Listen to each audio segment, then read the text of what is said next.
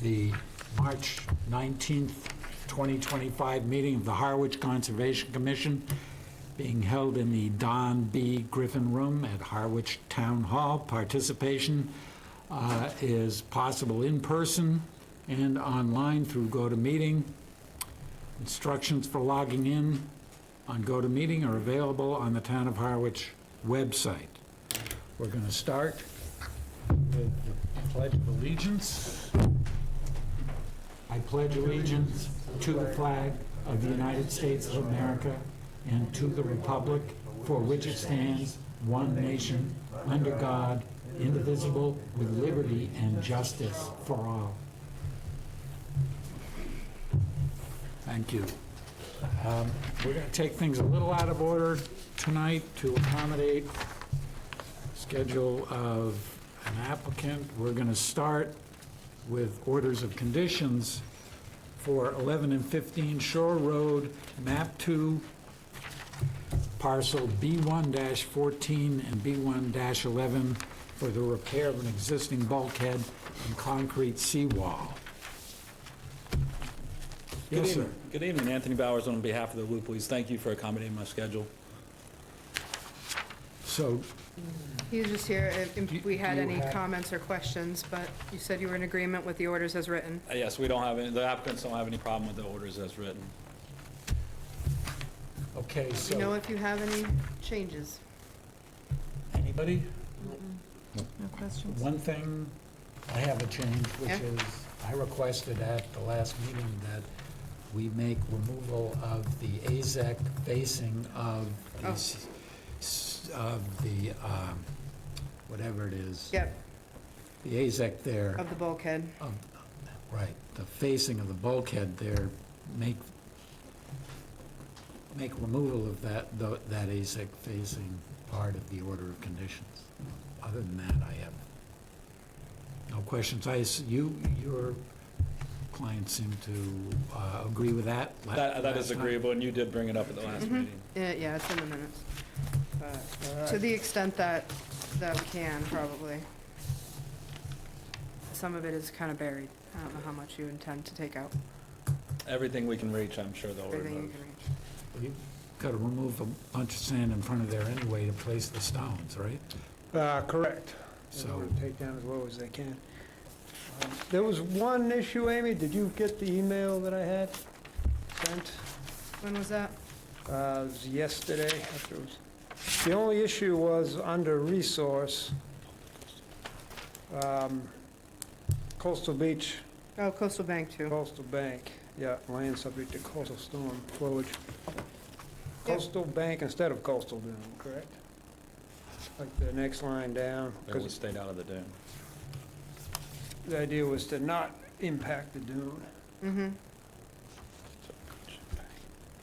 Okay. Oh, great, thanks. Dan, please identify yourself for the Dan record. Croto from Moran Engineering. Thank you. Anything else? Do we have a motion? I'll make a motion, we accept the order of conditions for 15 and 11 Shore Road, map 2, parcel B1-14 and B1-11. Second. Just comment as amended, as previously discussed. Okay, all those in favor? Aye. Aye. Thank you. Thank you. So, We appreciate your time. I'll go back to our regular order. okay, so next we have a request for change in plan for 0 Hiawatha Road, map 6, parcel T1, SE 32-2069 for beach nourishment. Good evening. I'm Dave Fogren. I'm one of the trustees for the Windermere Beach Trust. And one of the things I know we have in place, I was talking to Amy last week, I believe it was, we have an extension permit for order of conditions to use dredge sand for beach renourishment. And unfortunately, again, this year, in talking to the Deputy Harbor Master, it doesn't sound like we're going to get any more dredge sand this year either. And so one of the options we're trying to explore is bringing, I believe you call it upland soil, Is that correct? Or Screened bank sand. Screen bank sand is fine, I'll use that terminology this year and to have it brought in, but we need to get a change in conditions for the permit that we have, and so that's the request that we have for this year, and actually going forward. So in years that we can get dredged sand, then we would use this as a potential alternative. So I saw this as a minor change. This is an area that's pretty sand-starved. It's generally close to the campgrounds area, just to the east of Allen Harbor. And sometimes the town doesn't have enough dredged sand to go around to everybody to bid for it. This would allow them to do a compatible screened upland bank sand, screened at half-inch mesh, and to be able to go either over the top of walls or bring it down the beach, but put it on regardless if they can get dredge spoils or not. Okay. Comments, I don't have questions? anything. Deb? No questions? Sophia? I don't have any comments or questions. Seems straightforward to me. So, can we have a motion? I'll move that we approve the request for change in plan for 0 Hiawatha Road, map 6, parcel T1, SE 32-2069. Second. Discussion? All those in favor? Aye. Aye. 5-0.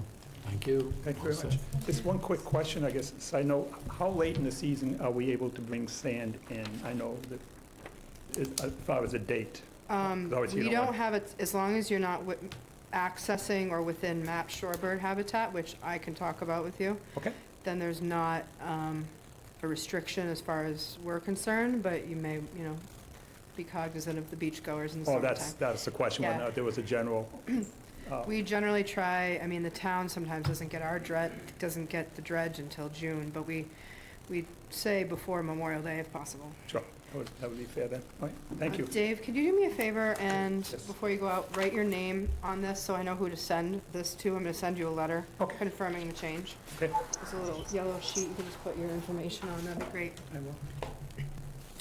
Thank you. Okay, thank you. Thank you. Next, we have a request for determination of applicability for 0 and 45 Snow Inn Road, map F2, F3, parcel N-4, for renovations and additions to an existing boathouse and installation of a grinder pump system. This has been continued from our February 19th, 2025 meeting.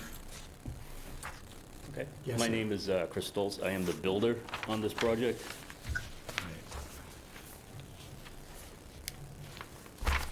Yes, sir. I was here just to answer, the board had questions on how the construction schedule is going to go. Yeah, so the last time the Conservation Commission had some concerns that it came forward as an RDA when it's a rebuild. And I think we can condition it regardless. The process is the same. They still had to notify abutters, have public hearing, whatnot. The commission asked for clarification on a construction protocol, so you received a construction protocol.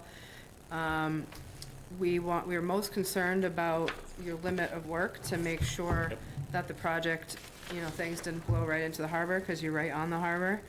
And you clarified that it's gonna be a chain link construction fence, possibly also backed by some fabric Yes, they'll have the fabric, and it'll be a 12-inch eco-mitt. and an eco mitt at the base. At the base. To prevent any loose soils from making their way over the walls as well.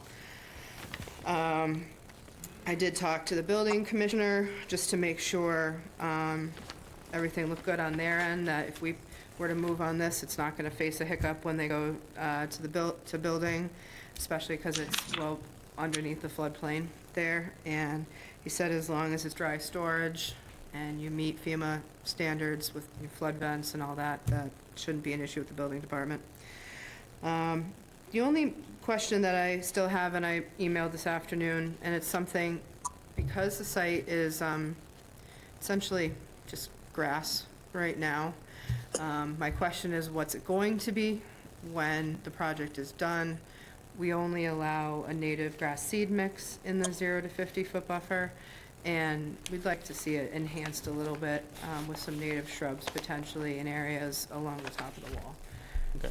And I think that it's fairly minor, and if in agreement, that's something that could be conditioned. And with that, I would recommend a negative determination to approve the project with a 2 and a 3. Okay, thank you. Sophia? I don't have any questions. I don't have any questions at this time. Vivian? I don't think so, no. I'm all Thank set you. at this This is- time. I don't have anything further either, so we could have a motion. But before we do that, Oh, yeah. anyone in the room or online have any questions or comments? I don't think so. Doesn't appear that there are any questions. Okay. Anyone care to make a motion? I'll make a motion, we approve the negative 2 and 3 determination for 45 Snow Inn Road, map F2, F3, parcel N4. I'll second it. Further discussion? All those in favor? Aye. 5 and 0, thank you. Okay, thank you. Have this out next week, but you can go for your building permit if you haven't already. We have to go to the zoning board of appeals. Put it on first.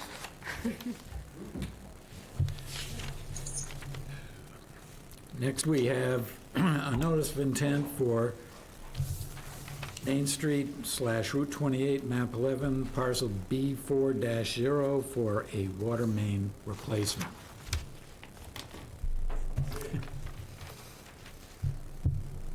Is- Nope, not yet.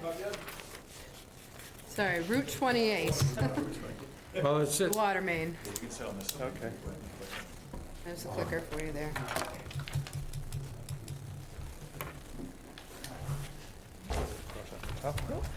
good evening. Good evening.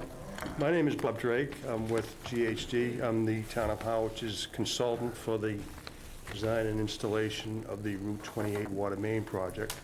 And we're here to discuss potential environmental concerns and how we intend to treat those.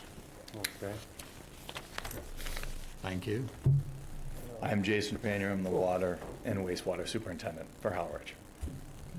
My first time at the board here. Thank you. Welcome. Okay, this is our project. Okay, the limits of the project is highlighted in green. We're basically, off to the far left is Riverside.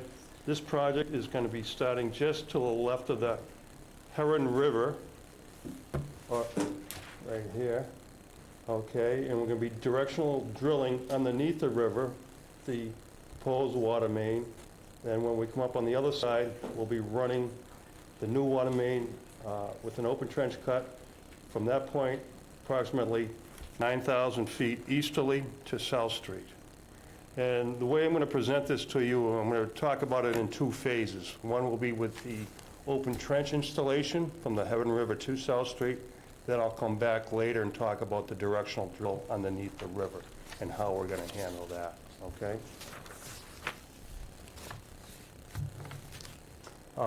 As I mentioned, we're going to be replacing the existing water main from the Heron River to South Street, which is an existing 12-inch water main that's installed either in the existing sidewalk on the southern side or just behind the sidewalk.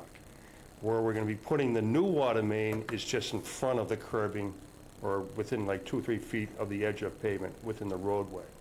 Okay, so we're going to be leaving the existing water main intact for the entire duration while we're installing the proposed water main. and then come back. What we're going to do then and hook up all the water services at that time to all the dwellings and businesses and so forth, install all the gate valves and new fire hydrants. Okay, we do have several issues or environmental concerns. This, hopefully you guys can see it. This is for wetlands. We do obviously have wetlands around the river to the north, and also down here by, this is Sisson Road right here, and along that area, and also the greens, okay? That is one concern. The other concern we have is also with the flood area. It's supposed to be blue, but it's sort of a grayish color. That's the 100-year flood zone. So basically, the entire project is located within the 100-year flood. There are a couple of areas that are out of it, this area, and down here by South Street is out of it. But, 90% of the project is within the 100-year flood zone. So there's a couple things that we have done to also try to determine where the groundwater level is, which is important. So when we're installing the pipe, we're going to see if how we're going to dewater the trench. We did 30 soil borings from the Heron River, spaced out about every 300 feet to South Street. And the groundwater table in this area is generally 5 feet below this ground surface or street surface. So from the street surface, you go down 5 feet, that's where the groundwater level is approximately. So when we're doing our construction, what we're going to do with installing the water pipe, we're going to lay the water pipe about 4 feet down, so it'll be just above the groundwater table. So what this is going to do is going to minimize any dewatering that we have to do within the trench. Now, there may be some areas we're going to have to do minor dewatering, but for the most part, we're not going to have to do that much.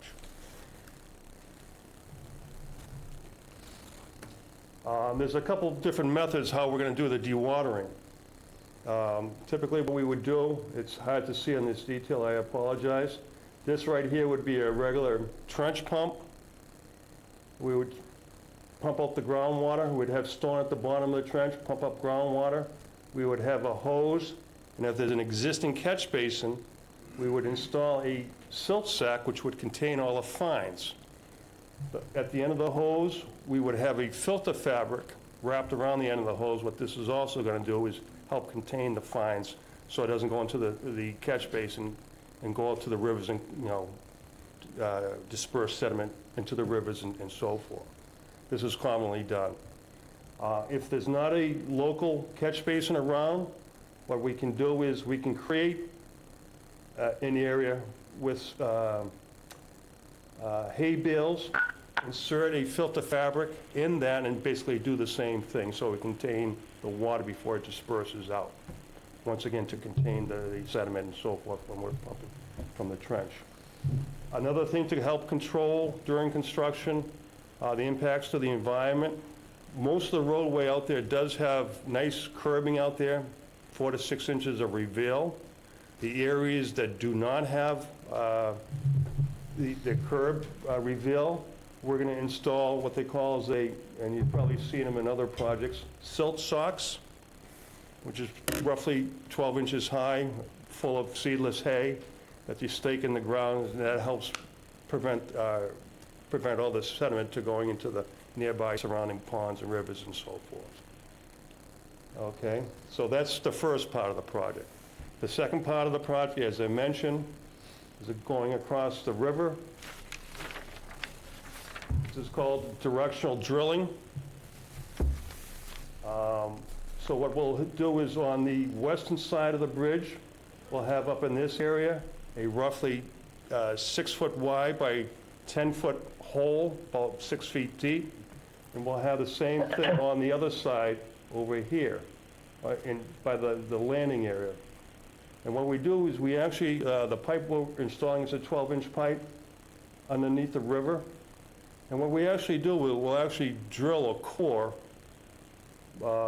at various, we're probably down about 15 feet, 20 feet below the riverbed bottom.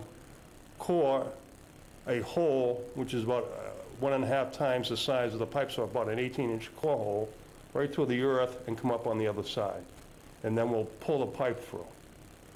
To fill the voids, and to stabilize this hole, what we do is when we're coring, we'll be pumping a solution called bentonite, which is a clay substance, non-environmental hazard at all. It doesn't affect fish life or wildlife or anything. It's very environmentally safe.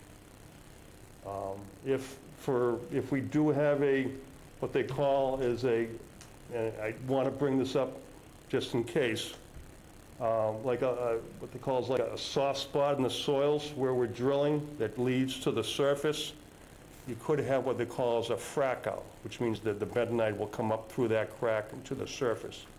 The way we're going to help control that or to minimize the impact on that if it does occur is by two ways. One, we'll outline our access hole with these, same thing as the silt socks around the hole on each location, and we will also put them along the face of the embankment leading down to the river. So if it does occur, we can contain the frack out.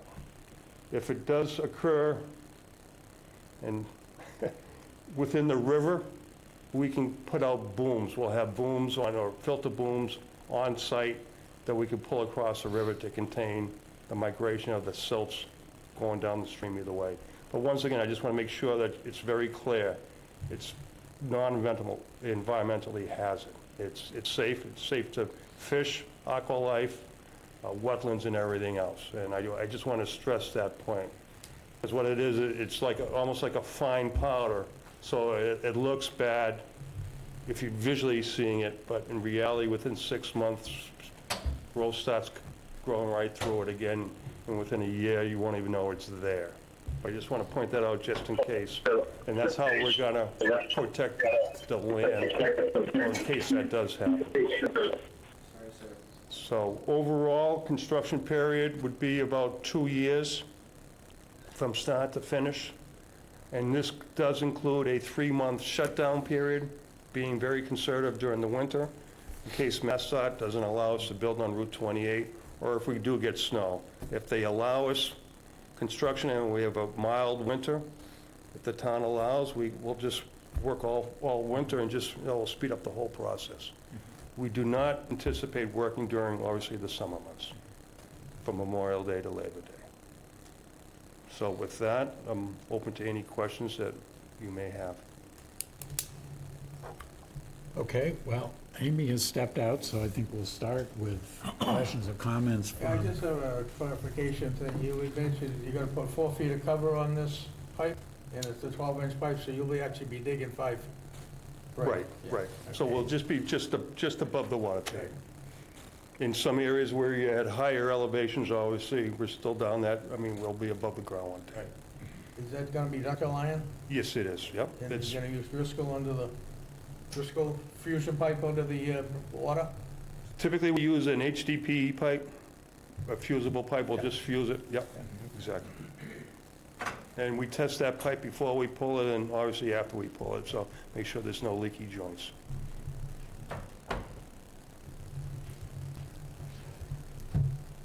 We started with questions and comments I'm from... glad. Sorry for the We're all delay. done. Great. But, so why not, if you have kidding. comments, Amy, why not? Sure, my biggest concern is near the river. So hearing a little bit more detail about that is good. I agree with having a silt boom on site when you're doing the boring. The silt sack is in the catch basins. We cannot vote on this tonight. Mass Division of Marine Fisheries has asked for an extension for their comment period until April 2nd, which just so happens to be the date of our next meeting. But they want to come and make their presentation and field any questions and comments from you. One other thing I just wanted to mention at the meeting is that on either side of the river, if you're not going to be, where are you going to be starting? Are you starting east or west on the project? We would like to start, if possible, would be on the west side with the directional drill. Yeah. Okay. Sometime in the fall to get that out of the Okay. way. Perfect. reason I ask is because with another project recently, things got cleared way in advance of when they were going to be near a resource. So I said, I don't want to clear nearest to the resources until you get closer to those areas. But if you're kind of starting in the West Harwich area, I'm not as concerned. Okay. So, what's the plan for restabilization of those areas once you're done? Well, there's a town project on the east side already for the Correct. parking lot, so that's fine. So they have a plan, a preliminary plan. Hopefully, they present it to you. I think they're fairly, I've been part of it, yeah. right, so Yeah. we've been in the discussions They've together. actually gotten approved by Conservation. I should say that this project, due to timing and funding, this project will go first versus. I hope so. Yes.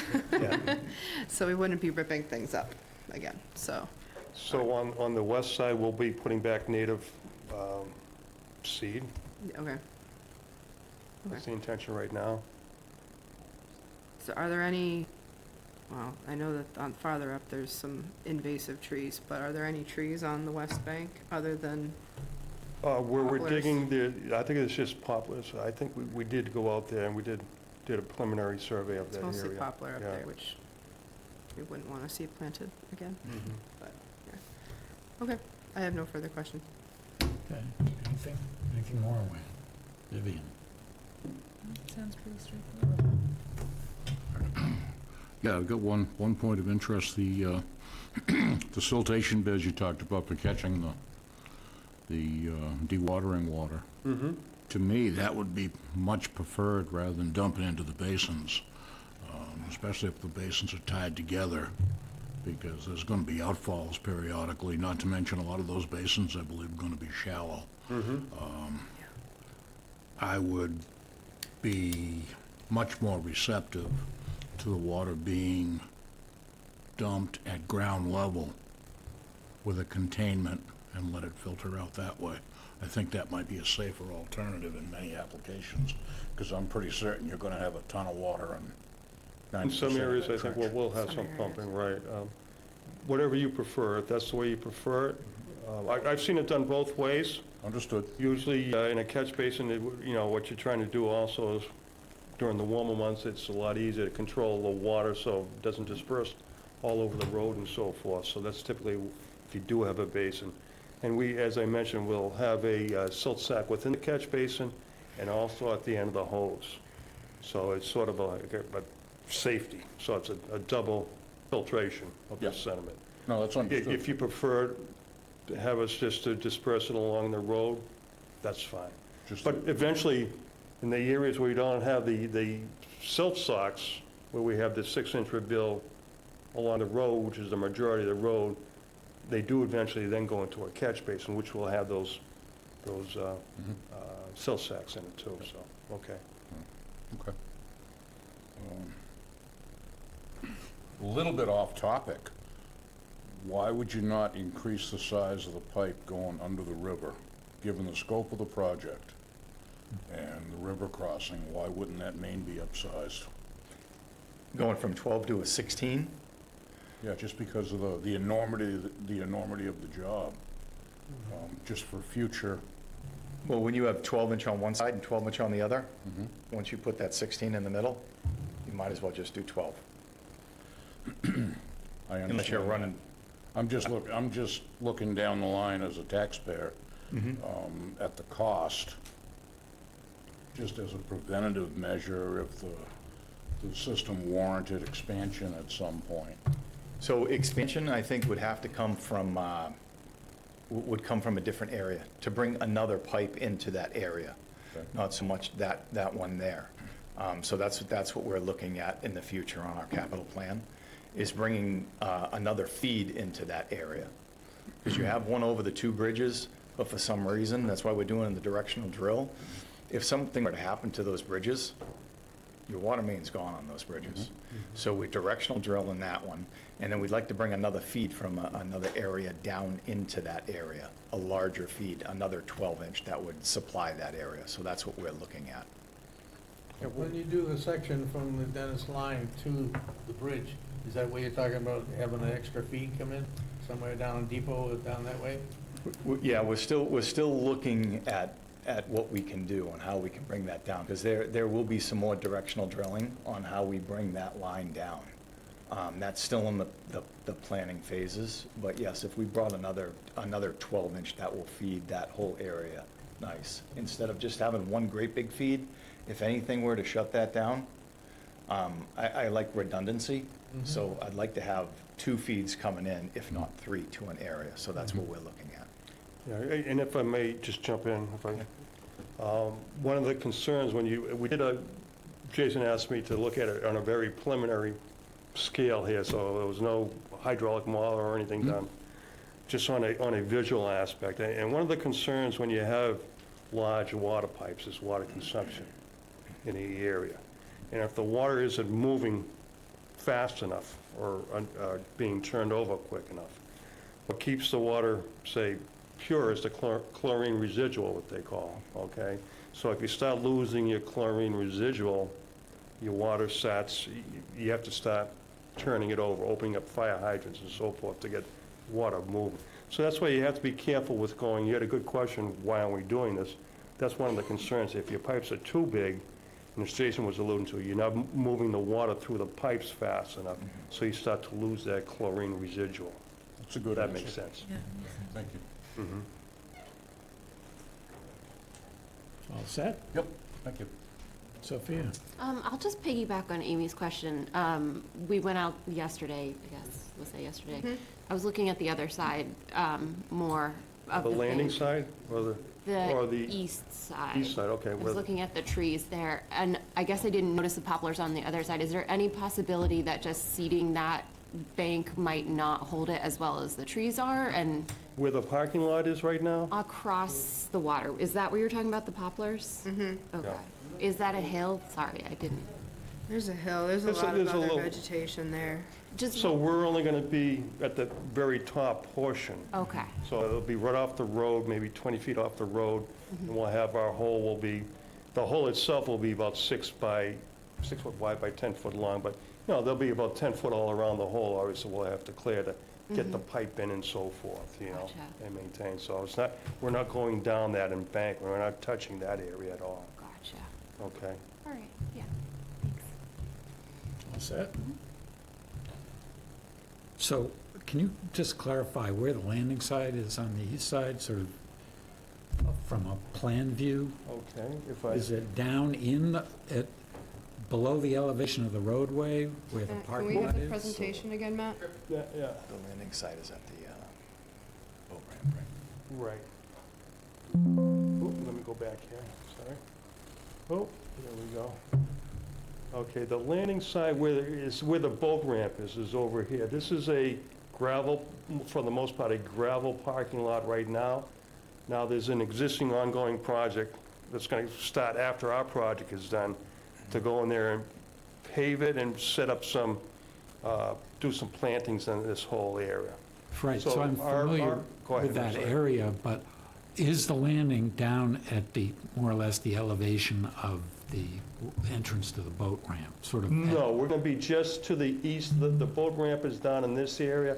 We're going to be 15 feet away from that, where the parking lot is level. So we're not down on the ramp side portion. But the lower level, the lower and level part of the Yes, parking lot? yes. Okay, all right. Yep. I had one other question, which is in the project description somewhere, there was mention of a benzene plume and some precautions that were being taken to deal with benzene plume. Can you talk a little bit about that?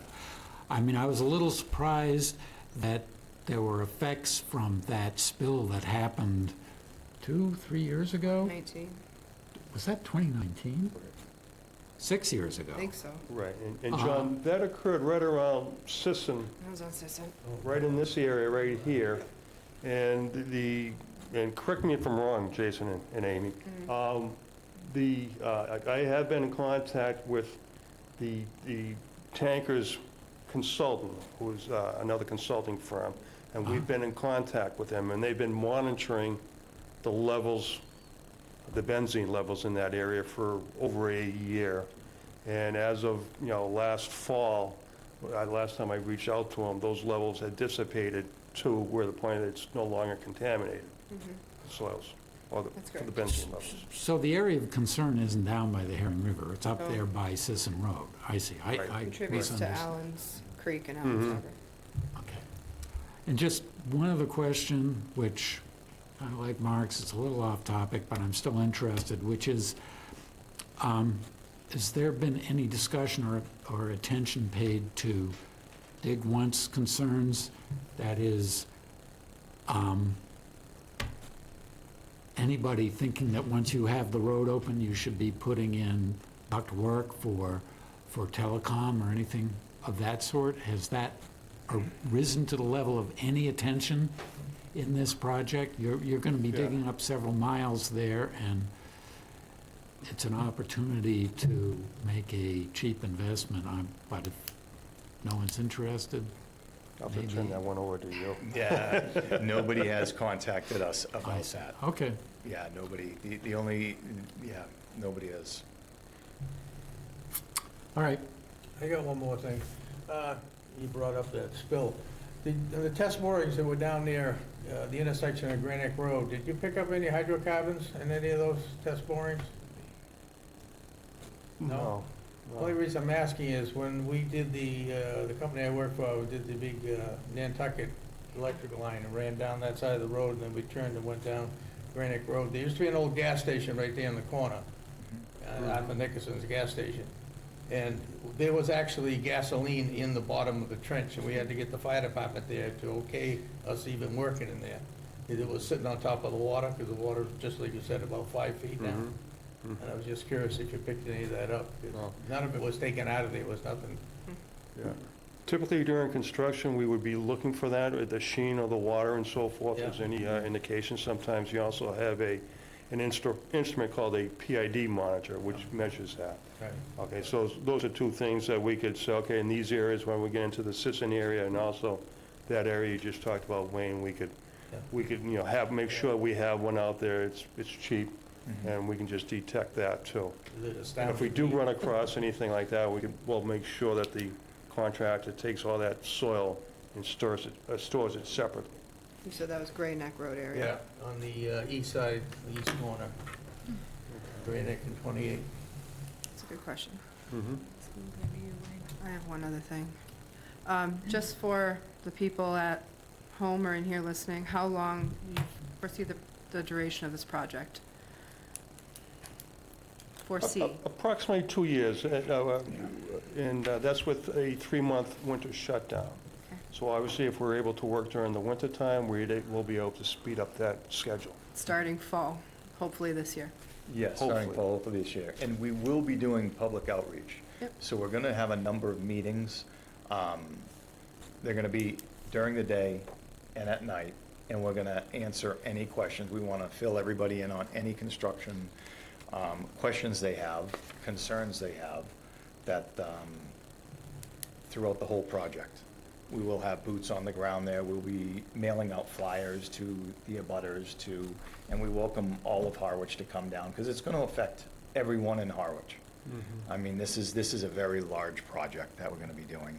And a lot of people go down Route 28, and we want to make sure that traffic is controlled properly, that everybody's getting where they need to be safely. And we're going to have a lot of public outreach. Thank you. Thank you. So there may be questions or comments from the public. Anyone? I'm one of the abutters. I just have a quick You question. can come to the podium here. Okay. If you would just state your name, that would be great. Tom Berard, 459 Route 28. Just when you got a good suggestion about the telephone conduit maybe, but my question is, we had the gas lines in, it took about 2 years to put all those in, we dug up 28. Now we're going with the water main replacement job. If you talk to the wastewater commission at all to see if we could tie in the placement of some piping for that project, it's they're going to come back again and store up again for another 2 years. Is there any discussion of doing that, just placing the pipe? I don't see why that wouldn't be done, talking in the interest of taxpayers. There has been discussion on another part of the project that Mass DOT is doing, that they're putting a dry sewer line in. Right, so why couldn't we do it with this portion too? I just encourage you to take a look at that, because this is to be the third time, they'll do it again for 2 more years. I am unsure on where that wastewater project is going to be and how far it's going to go down Route 28. At this point, we don't have the planning right now for that. Well, it just seems you're missing out a good opportunity here. And then the other thing, when they do this project, they got to take care of all the homeowners' connections into their existing lights, so they don't have to coordinate anything? When the gas lines were done, we had to coordinate the movement of our gas meters and everything, but you'll take care of everything for the homeowners? We'll be tying to your... No cost to the homeowners? No. Okay, very good, thank you. Thank you. Anyone else in the room? Is there anyone online who would like to speak?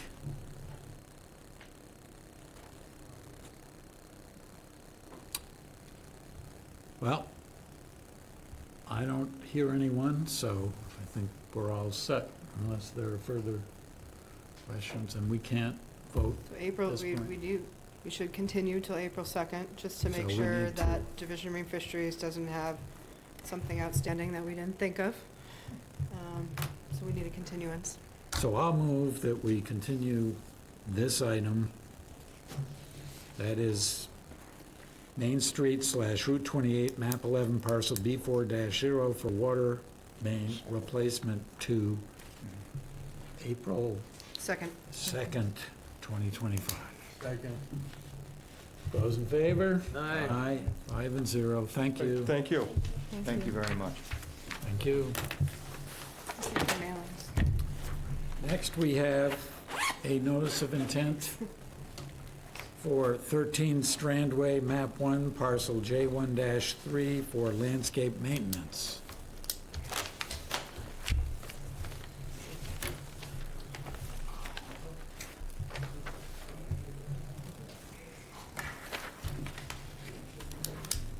Yes, sir.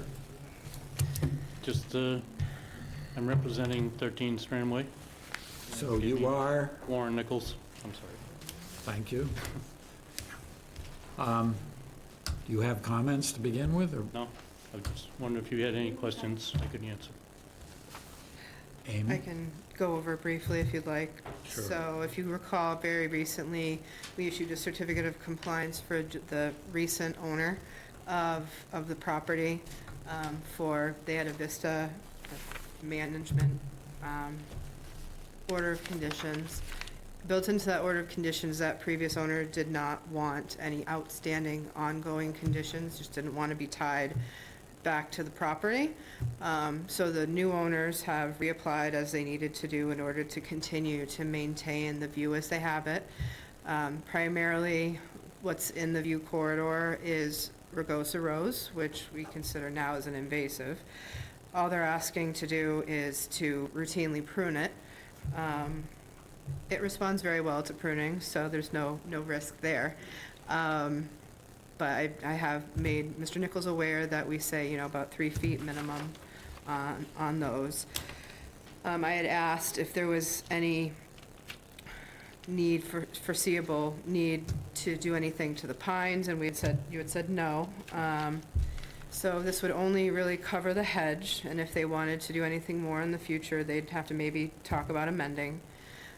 We also did chat about the landscape lawn maintenance going forward, and the commission has, for every single project that's in our jurisdiction, has put on the condition of no fertilizers, pesticides, herbicides within their jurisdiction. This property had been treated legally, per their order of conditions, in a specific way in the past, but that made you aware that we would have that discussion tonight. And as you know, we've been having an ongoing discussion about nutrient management going forward, so. But other than that, I had no comments with the pruning. So, Sophia? I have no comments on the pruning. No concerns about that at all?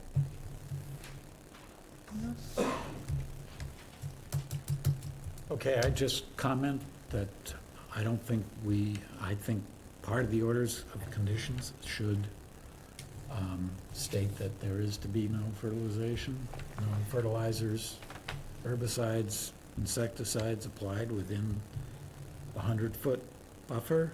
This isn't in the flood zone, is it, or? was it- No, the flood zone's on the bank here. It's high enough that the flood zone, it's not the lawn. So that's not a consideration. Other than that, I don't have any comments.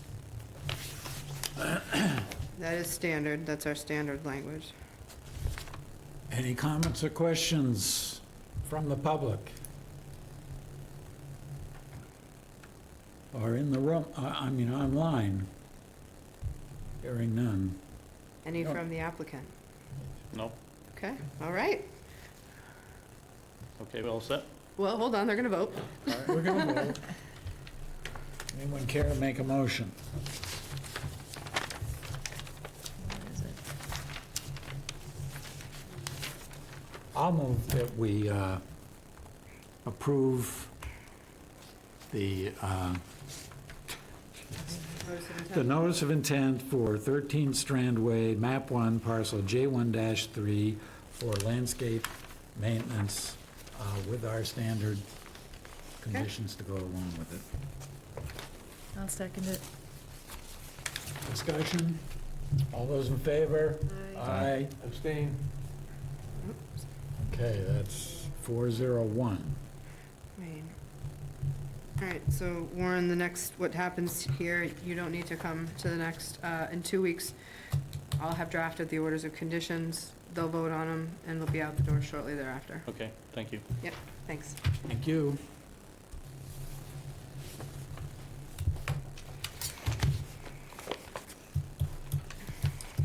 All right. And next, we have a request for a certificate of compliance for 9 Fiddler's Landing, map 6. Yeah, sorry, Mr. Chair, I apologize. My site summary is not in order of, so we forgot the request for abbreviated notice of resource area delineation. It's on the revised agenda. That Okay. was not, that was in Dropbox. You can have it I right here see. if you want. Well, that's all right. Sorry about that, folks. We had to revise the agenda. I You'll be up. have the revised agenda. You're gonna be here. up. Sorry about that. Okay, so, withdrawing what I started to say, next we have a request for an abbreviated notice of resource area delineation for 50 Main Street Extension, map 55, parcel E1-1 for non-perennial stream determination for mapped hydraulic connection. This has been continued from our March 5, 2025 meeting. Good evening. Good evening. Dan Croto from Moran Engineering, here with the property owner, Ken Moniz. So I believe the owners were looking at doing an ADU on their property, and there's a clear bank to an old cranberry bog, and I think the work was going to be more than 100 feet from that bank. The issue comes up in that an old USGS map, or some of the USGS maps, show the middle of the cranberry bog as gives a stream a name. The most recent, getting off the DEP wetland site, shows it as a shrub swamp. But there's definitely a hydraulic connection from the north of Route 6 down, all the way down to Swan River. And Swan Pond River. Swan Pond, part of Swan River. So we went through, but as you walk down, and I was there with the assistant conservation agent recently, it's dry, and it's an old cranberry bog, and there's 2 ditches on the side, like any cranberry bog. And then there's actually a dike between that bog and the next what was a bog, which is now Route 6 to the north, this water is not getting through except in, a once in 500-year flood maybe. And then we're looking back at the aerial photos, certainly in 52, and I think you can see it in the 38 too, it's thin cranberry bogs going through there and also south of that. And, but there is hydraulic, there's culvert under Route 6, completely dry. There's a culvert under Main Street Extension, also completely dry. And from looking at it, it looks as though, maybe early 1900s, there may have been an intermittent stream. Right now, it's just a dry ditch, or two dry ditches on the side of the cranberry bog. So, but having said that, because it's on the USGS map, just going through the Wetland Protection Regulations 105821D states that to document it for 4 days in a row that it hasn't, that there hasn't been any flow of water. And so that's basically the packet that I submitted, along with maps, the Route 6 maps and the USGS maps. And so the field notes as required by DEP and the pictures. We set up 2 spots, one up at the Route 6 and one on the Main Street extension, and took pictures of those over 4 days, and then took even later pictures. And again, I was out there with Lily, the assistant agent for the property next door, but we were both clearly walking down the both sides of the ditches. So I think we fulfilled what's needed through DEP to get the determination that this is not a perennial stream, meaning constantly flowing throughout the year. To me, it's not even an intermittent stream, unless intermittent means, once every 20 years. I think it's just a hydraulic connection drainage ditch, and with the dike is now actually, it's a walking path and looks like a dirt bike path just on the south side of Route 6. It goes all along Route 6.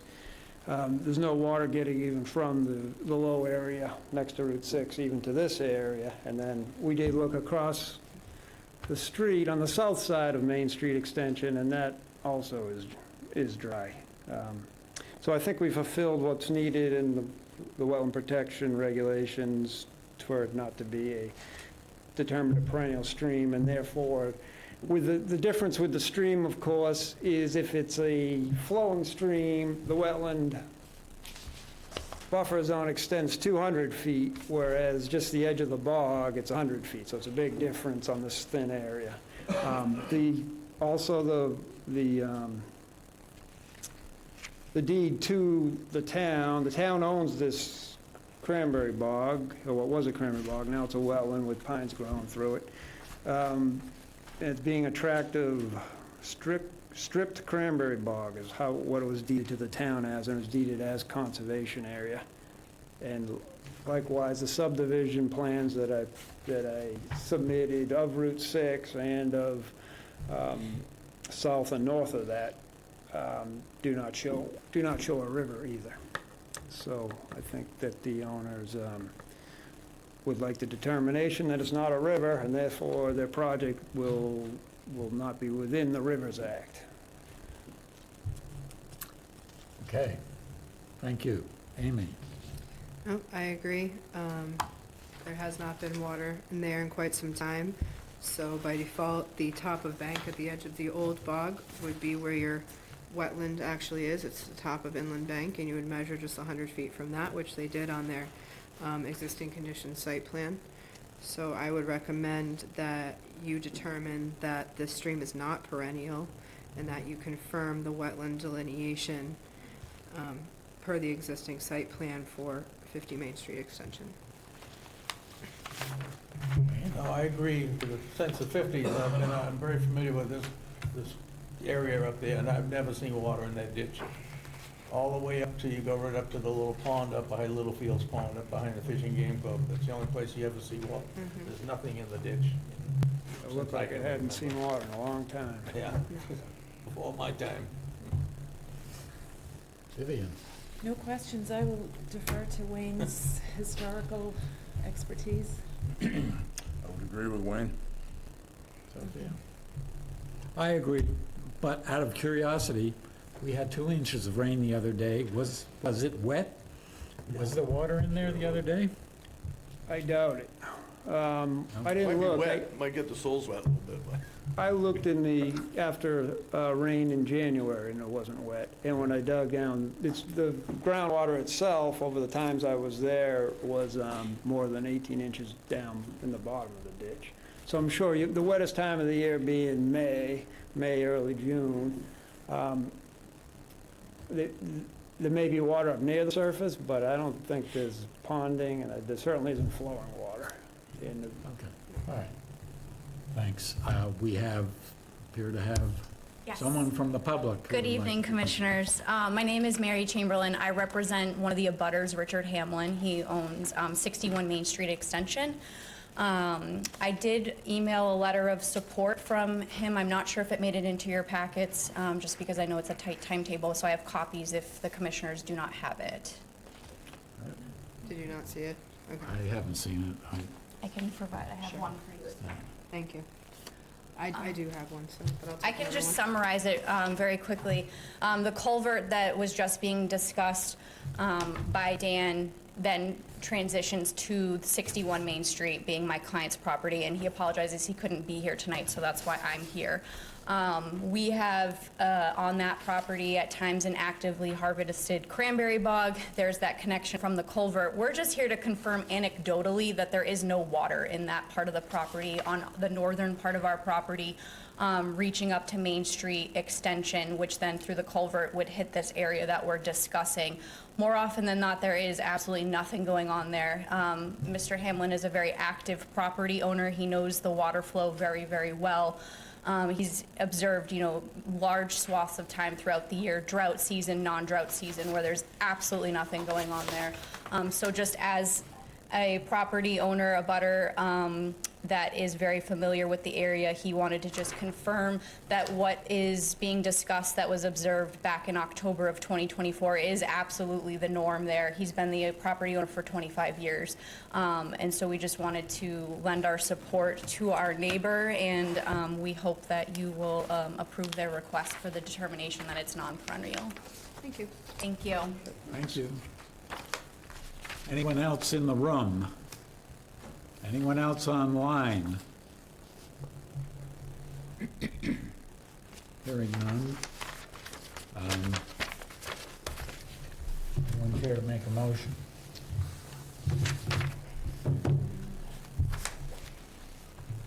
Not sure how to word this. That's why I can Usual.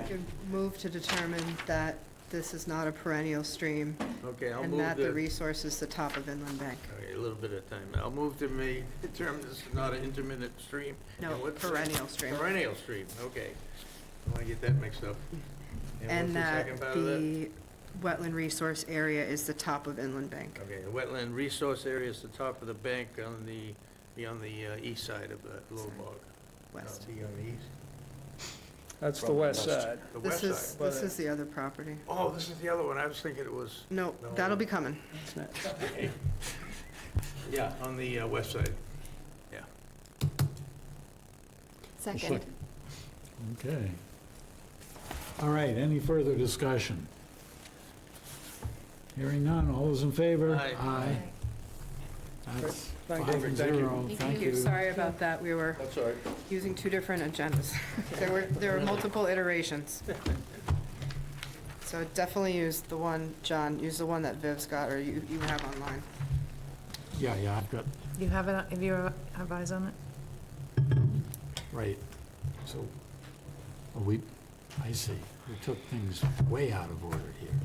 Sorry. So, next, we have a request for a certificate of compliance for 9 Fiddler's Landing, map 6, parcel A1-9, for hot tub construction and mitigation plantings. I will speak to this one. So about a year ago, you folks approved a hot tub with kind of intermittent stone around the edge and some native plantings. We went through a couple hearings. They were able to move it outside the 50-foot no disturb zone, which you required, and the plantings have been in. We didn't have language, which we normally do, for the plants to be in for 2 years prior to requesting a certificate of compliance. They did go in last fall. It's hard to tell now, being it winter, and they're largely like ferns and other things that really don't look like much or anything this time of year. So, but I do know that they were very diligent in putting them in.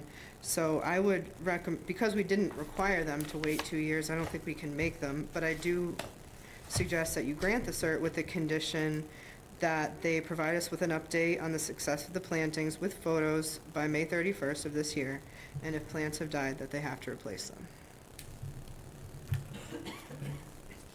It's a very small planting that they did. Sophia? I have no questions. I have no questions. No question. I have no questions or comments. I agree with Amy, so I'll move that we approve the certificate of compliance for 9 Fiddler's Landing, map 6, parcel A1-9. Second. with the condition that you mentioned. I'll write a letter, yeah, Okay. to go with the cert. Okay. Discussion? All those in favor? Aye. 5 and 0. Next, we have order of conditions for 11 River Bend Road, map 1, parcel G1-9, for the replacement of an existing wooden bulkhead, the installation of floats with scallop growing nets, and dredging at the base of the bulkhead to allow for scallop growing nets to remain submerged at low tide. Salt marsh restoration. Can you tap? It's creepy.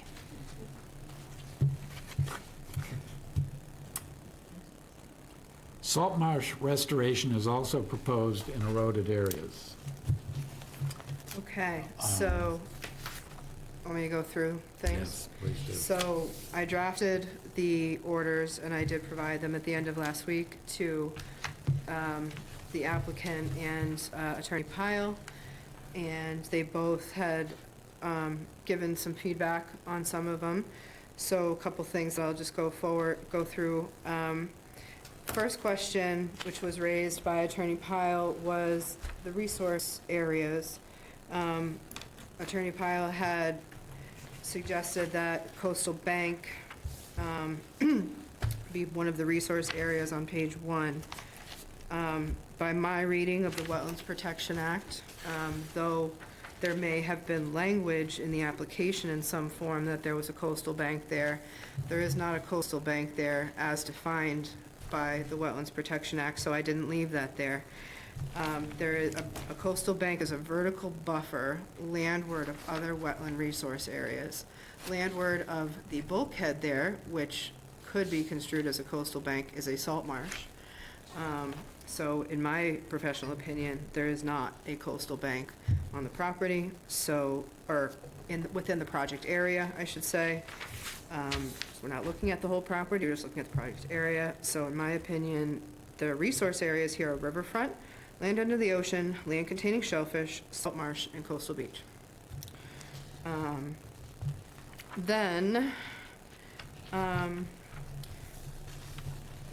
They wanted to strike out some redundancies. There was, redundancies such as deviations from approved plan must go in front of the Conservation Commission, which was special condition 2. That's kind of already covered under general conditions 13 and 14. So, I mean, I tend to be redundant in the special conditions because I find that those are the ones that pertain to the project, and that's ones that people mostly look at the most.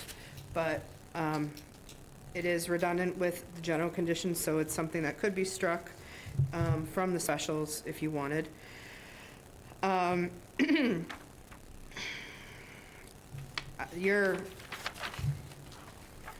What you have in front of you is kind of a line of what everybody suggested. Red is applicant, and green changes from Attorney Pyle. So, let's see.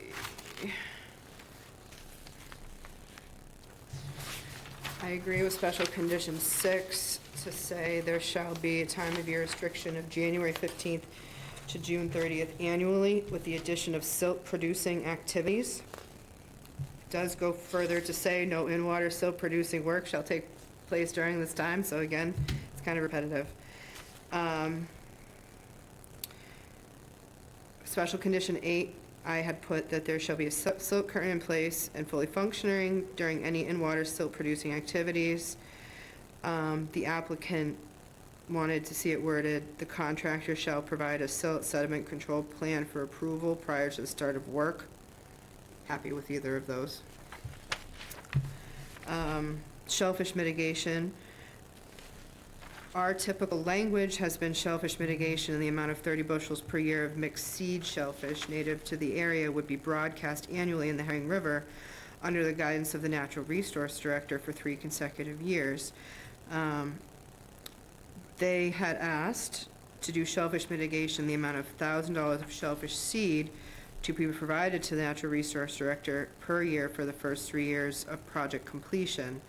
Size and species to be determined by the Natural Resource Director. Proof of this mitigation being done and in the correct amount shall be provided to the Conservation Administrator. We had some conversation, and our condition that we typically use of the 30 bushels per year, that came from the previous Natural Resource Director, Heinz Proft. What he had, we were finding that people were not doing the shellfish mitigation on their own when required to do so. So we created a special account, shellfish mitigation account, that myself and the Natural Resource Director had access to be able to do the seeding, since the town does the seed, it does see the river and other areas anyway. And the amount that he came up with per year at that time was $2,000 per year for 3 years. So that being said, I would be comfortable with condition 9, reading how they suggested, with the exception of instead of 1,000, it be 2,000. And I spoke with one of the applicants, Dan Ward, regarding that, and I think that is the intention of the 30 bushels per year for 3 years. I was part of that whole discussion many years ago, and Heinz had calculated out using a certain metric, and it buys an awful lot of seed, put it that way.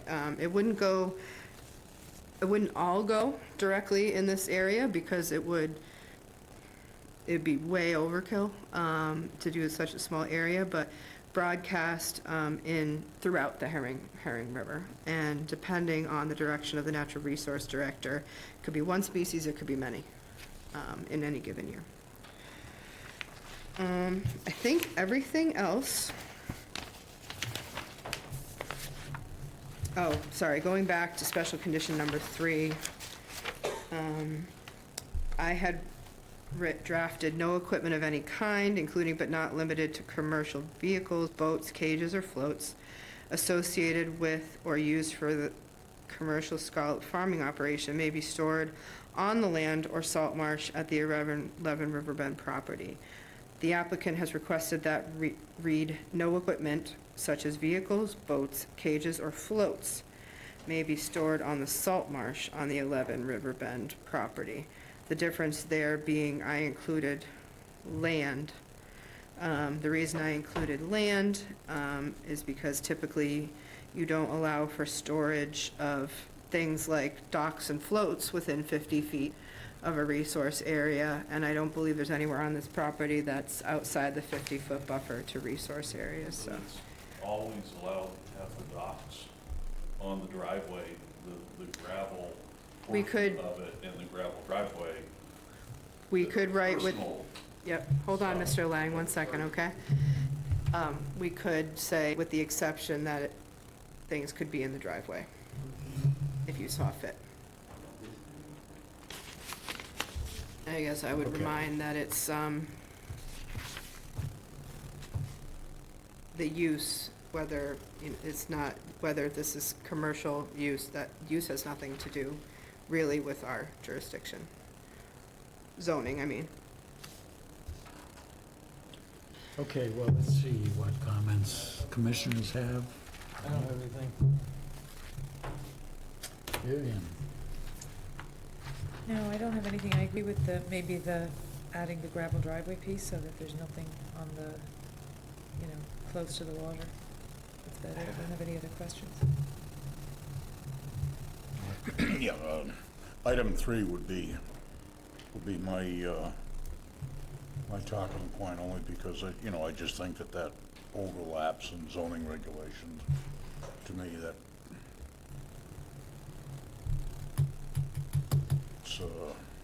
it's a little aggressive. I guess if everything stays in the driveway, that would be acceptable to my way of thinking. I'm sorry, do you care to clarify what is a little aggressive? I'm just not following. Basically, that whole paragraph, okay, because there's already zoning regulations, and I don't believe it's in the commission's purview to be quite that aggressive about the way that's worded.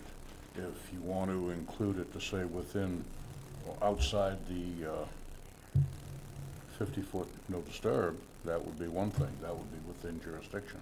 The reason I didn't do that is because there is no area, I don't believe, outside the 50-foot. I heard you say that.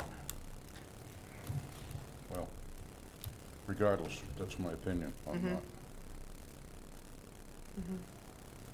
not sold on that detail, that's all. I also don't like number 3. I feel like if the activities there had nothing to do with the project and it was a fisherman or a lobsterman coming home, they had cages, I feel a little bit like if it's not in the marsh, but the property happens to be that close to the water, it doesn't feel comfortable for me to say, I get the dock storage, I guess, if that's a common storage issue, it's a big, I don't know, it's a big thing to store, I guess. It feels a little bit too nitpicky. I wouldn't be comfortable with number 3 either. And I guess I wanted to clarify that number 5, that work just refers to construction, during construction.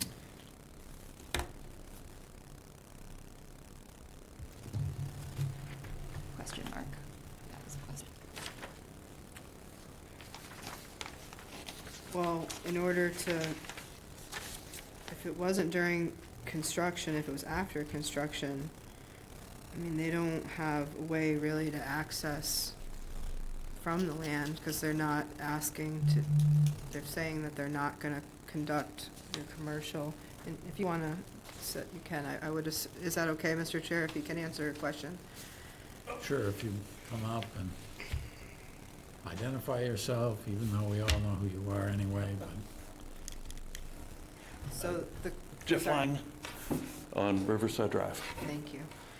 So the question is on special condition 5, which is all work will occur only from the water, except that access to the neighboring Kelleher property to the south is allowed by that owner for any required pre- and post-construction surveys, et cetera.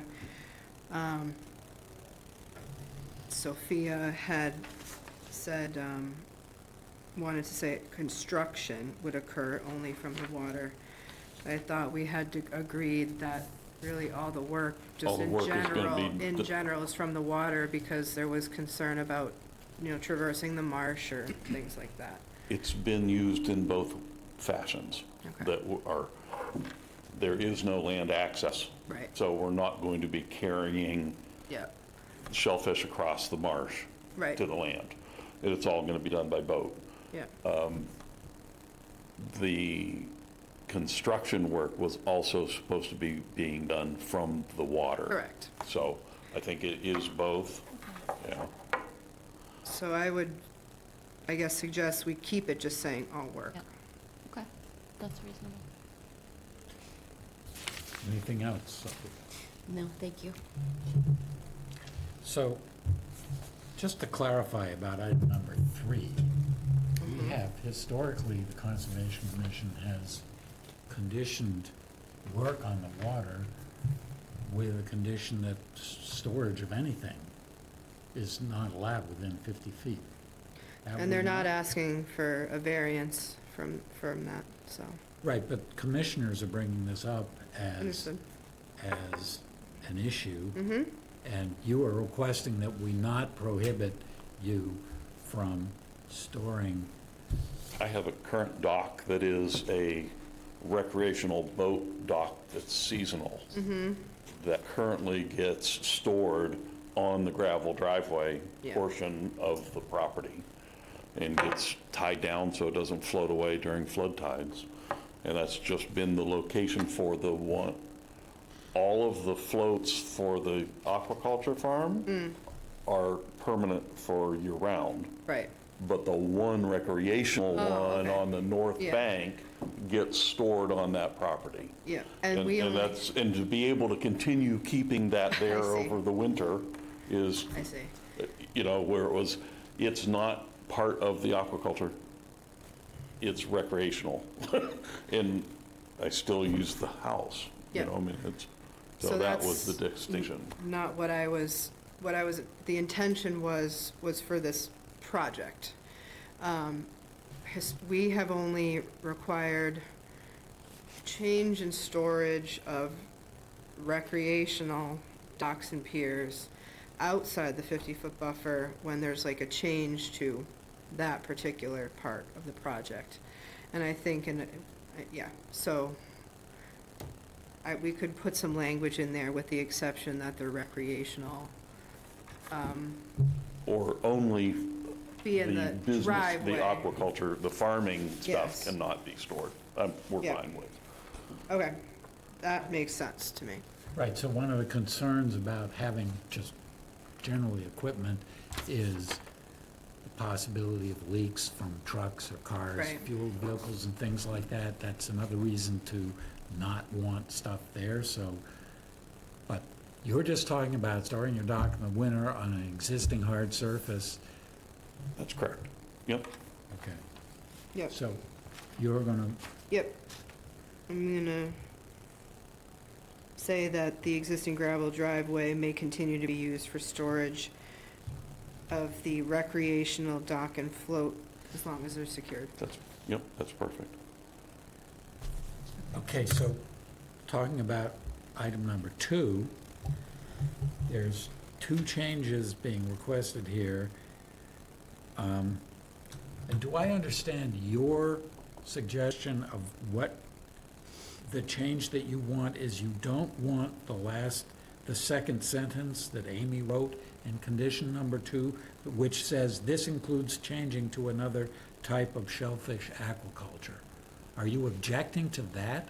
I am, and because I'm also required for 3 years to be providing seed to the town based on whatever species they want.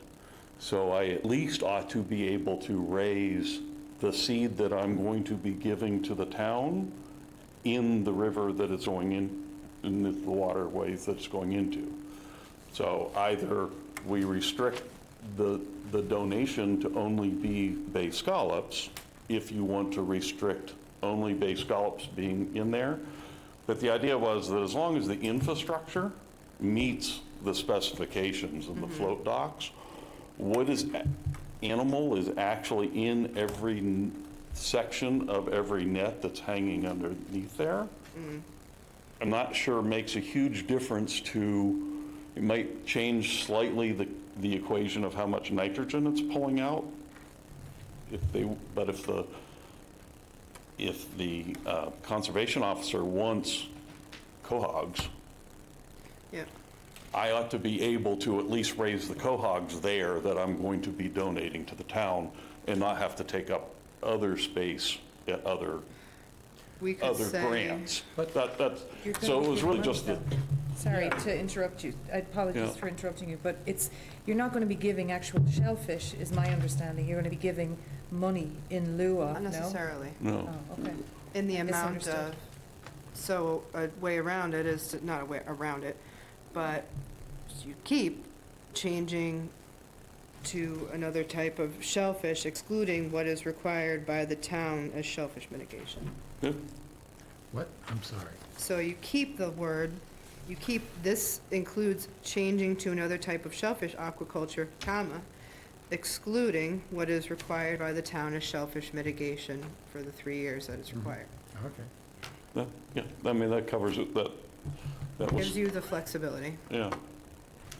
Okay, So, then so you agree to that, so we all agree to that change, but then there is this other request to change must be approved by the commission after notice and public hearing, which probably falls into the category of it's redundant, but do you agree with that, Amy? Do. And where in the general conditions is that covered?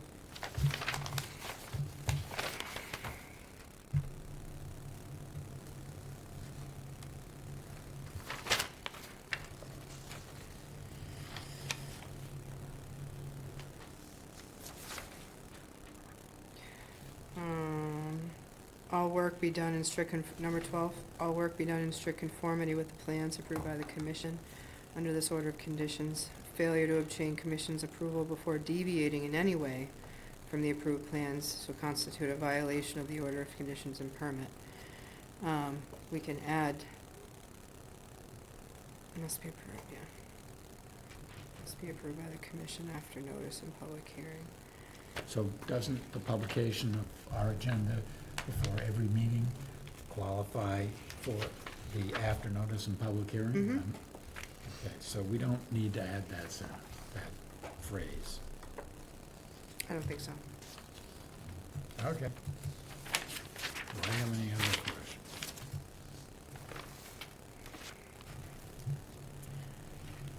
And we're gonna change, on number 6, we're adding silt producing activities. On number 8, we're agreeing with the applicant to use their wording. Yep. And we're agreeing with the applicant's number 9, except the amount is 2,000. Correct.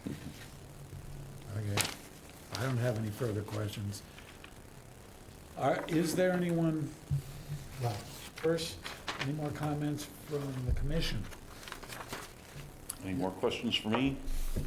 Not so far. Okay. Anyone in the room?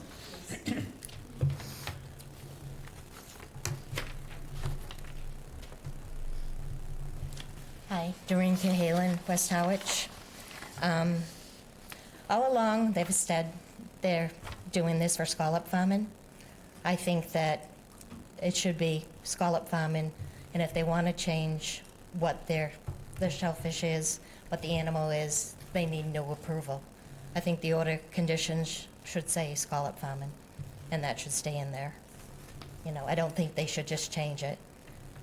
You know, the town has a rule that they provide seed. They should be able to provide the seed or the money for whatever the resource agent wants. All along, they've been saying scallop farming. I think it should stay scallop farming. As far as the floats they have at the property, they have 2 big floats and they have 2 driveways at the property. There's a garage on the left, and there's a driveway there for parking. And on the right, there is more parking. And they have 2 big floats that they had stored there. And all along, when they were talking about the plans, the BCS group, Dave Crispin, always said, well, there are existing floats, and we're going to replace them. So he always talked like the existing floats weren't going to be there. It was going to be 648 square feet of these other floats, but it was only going to be 300 square feet because we're taking these floats away. He always talked about those floats weren't going to be there. So, it seems like it's a little, they're asking for extra floats. They got approval for 640 square feet, 48 square feet in that, which is more than the 200. And they have these 2 other big floats that they're going to continue to have there as well. And currently, those 2 floats with the tide, a couple weeks ago, the water moved those floats. They're not tied down. They're actually in the street. They're in the roadway right now, partially, because they're not secure. And in the past, they've ended up against my parents' fence in the bushes. They've come loose from the driveway, the gravel area, several times. And right now, they're literally, partly in the road because the tide comes in and it's very strong. So, we seem to have, they talked about always the floats were not, they're going to not be so much. They already had so many, So I don't know if really they have 648 square feet of permanent floats. Do they have these extra 350 square feet of floats that they're going to be able to use as well in that area? I'm not sure what the square footage is of the 2 floats that are in the driveway, the gravel parking area in the road. And on the condition 13, special condition, I just want to, the 648 square feet of floats per minute, if the aquaculture operation should cease to exist, it goes back to 200 square feet. Could you also add that it be temporary or seasonal? Not permanent, like the variance is? Like the normal allowance for the town? Yep, that makes sense. So, I have an issue with there's 648 square feet, and they're also going to have 350 square feet or whatever the 2 big floats are for recreational as well, and maybe store them we in can the get driveway. It sounds like there's a little confusion there, so maybe we can have the applicant clarify where, if the recreational floats are still going to be used and where. And is there a Chapter 91 license for those floats? Have they been permitted by the town? Yes, both were separately permitted. I'm sorry. Sorry, just so the audience can hear you online. Both floats were separately permitted, and the one that was out on the seawall is to be eliminated, and it's actually it's on top, it's being thrown away, it's old, and so it's being discarded. The other one is on the north seawall of the property,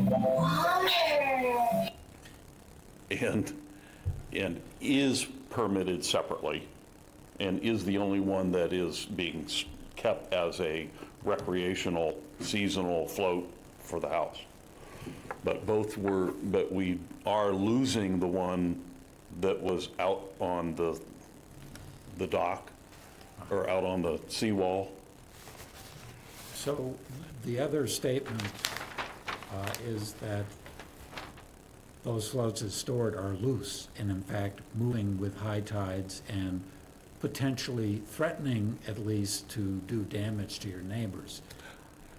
What do you have to say about that? I had that happen last week while I was out of town, and will be remedied by the end of this week. So they will be tied down? They will be tied down and moved back onto the stable property, or the stable driveway. So we should add that to the order of conditions, right? Mm-hmm. Anything else? I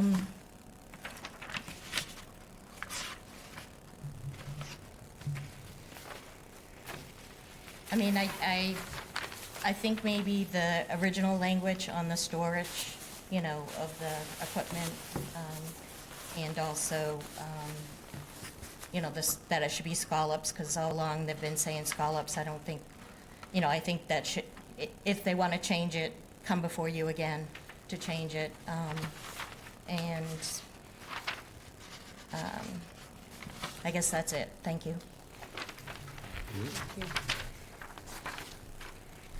Is there anyone else in the room who cares to speak on this? Yes, ma'am. Please step to the microphone and identify yourself. My name's Betty Murphy. I'm on the river further up. And where do the quahogs come from? I've been to all the meetings, I've been reading. Where are the quahogs? All of a sudden now we have quahogs? I don't know. So And- it is scallops. However, as mitigation, they're going to be required to do some shellfish seeding. And we typically look for mixed species of species to Okay, go yeah. throughout the river to help maintain the population of various species throughout the river. So they're not farming quahogs.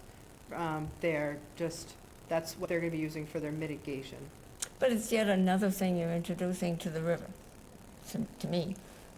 Maybe I'm being naive, but scallops were never in the river, so you're introducing that. And then you're introducing nascent quahogs, I'm assuming they're nascent kind of thing. I don't know, that hasn't, what about the herring? We've spent a lot of time counting them, et cetera, et cetera. Does that affect them at all? Has that been looked at? It's It helps clear, shellfish in general help clear the water. I understand that, but do they get along with herring that we're trying to invite back? It's just a lot at the end. And I live up the river, we have a dock. We have to pull our dock out and put it out. And our neighbors, some of them have to pull it out and send it back with the people that take it out and rent a place because you don't have room. Would they have room for the two summer ones, recreational, as well as, like the winter, if they take them all out? Is there room for all of them? They're not coming out in the winter. What about the ones that come out anyway, and then the scallops come out if need be? Is that the wording? No, was that clear? That they don't come out? And in other words, would they all be out of the water all at once? They couldn't possibly fit. No. Okay? It wasn't clear at all. Thank you. Thank you. Thank you. I think we should just give commissioners an opportunity to respond to questions, that particularly about the change that we were agreeing to make to allow Mr. Lang to raise seed shellfish for 3 years anyway, along with the other things he's doing. Only as mitigation. Only as mitigation. So do any of the commissioners care to talk one way or another about that? I don't have any problem with it. Okay, I'm kind of a freedom guy. If a man wanted to change it and grow snails, he should be able to do it. We shouldn't have a big problem about it, you know? But if he's gonna just wants to grow some quahogs for the mitigation, fine. I agree. okay, I agree too. So anything else? Any commissioners want to discuss anything more around the comments that have been made? Okay, so is there anyone online who cares to? Mr. Agra. Mr. Agra's online. Okay, all right.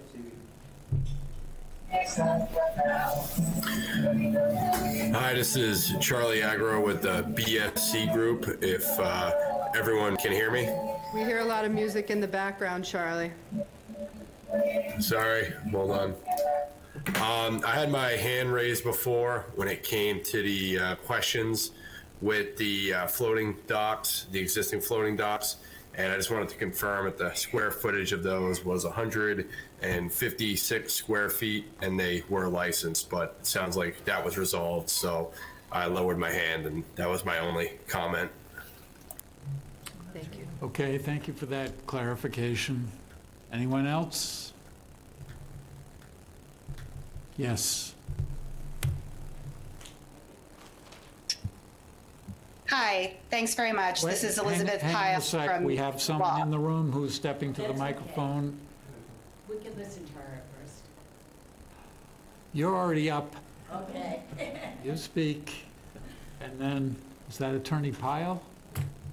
Yes. Okay. Can you hear me okay? You are next, but we have someone else speaking in the room first. Okay, I'll wait. Thank you. Hello, my name is Mary Lou Cahalan, and I'm an abutter. And,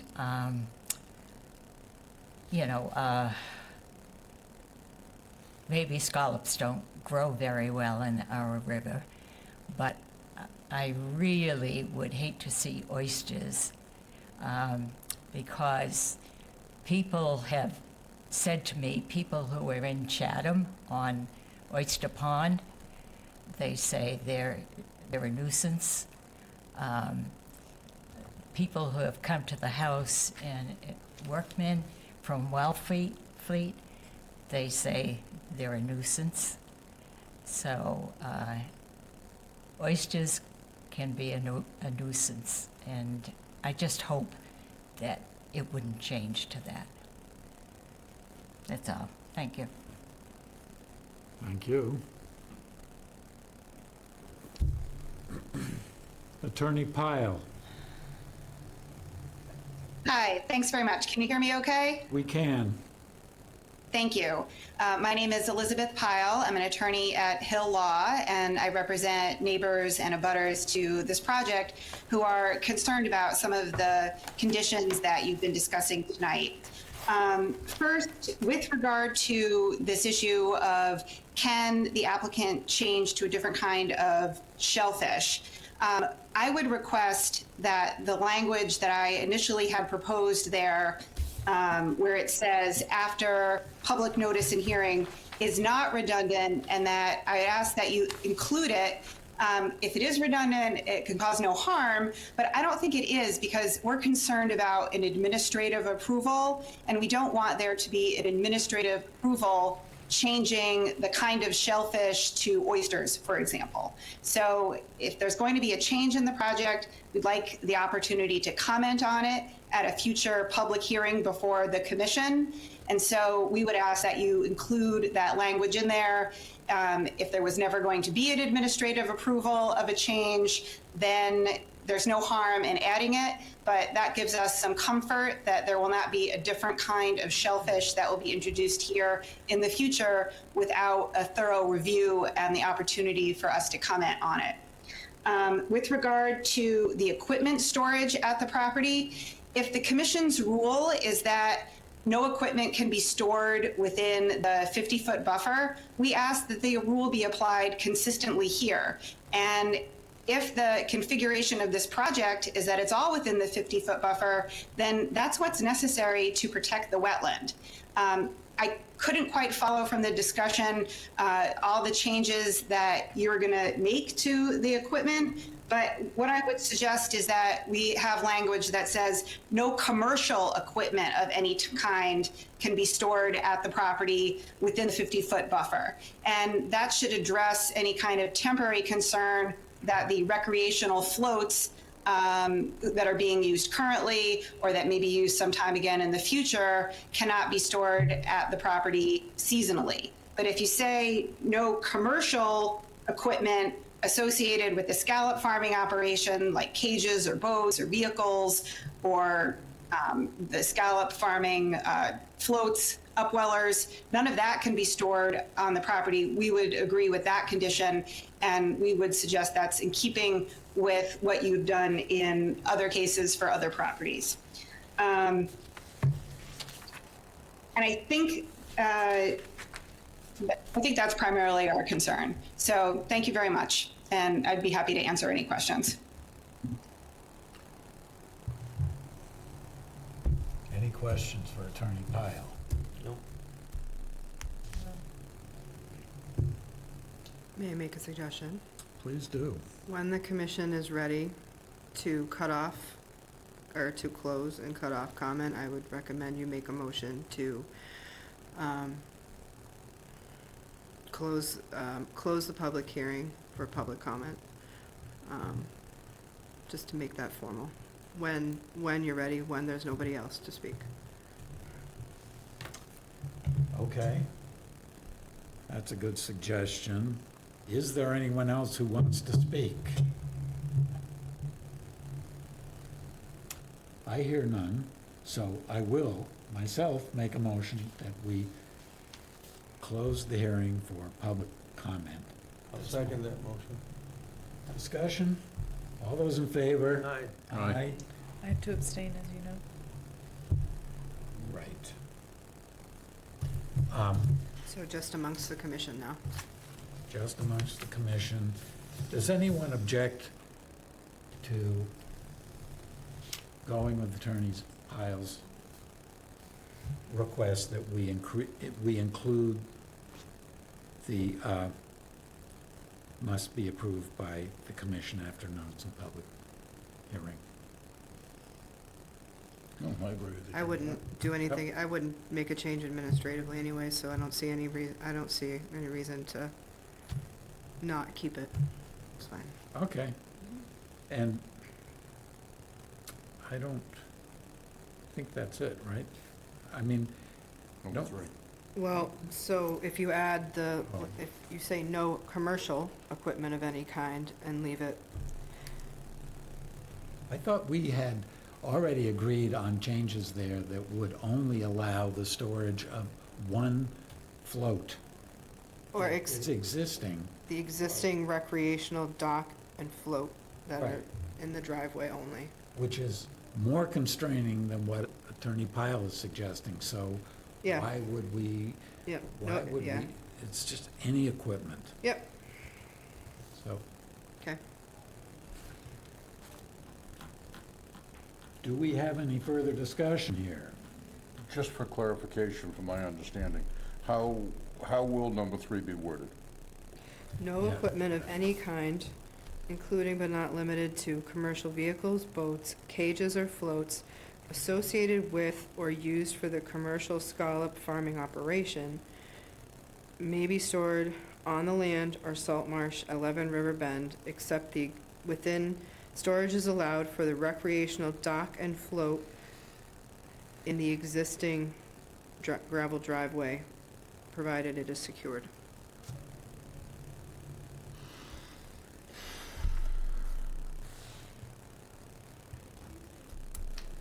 Thank you. Anything else? Okay, I think we're ready for a motion. I'll make a motion that we approve the order conditions for 11 River Bend Road, map 1, parcel G1-9, with all the changes that Amy has written down over there. I'm gonna even try to remember them. I'll second. Okay, any further discussion? All those in favor? Aye. That's 401. Yep. Thank you. Thank you.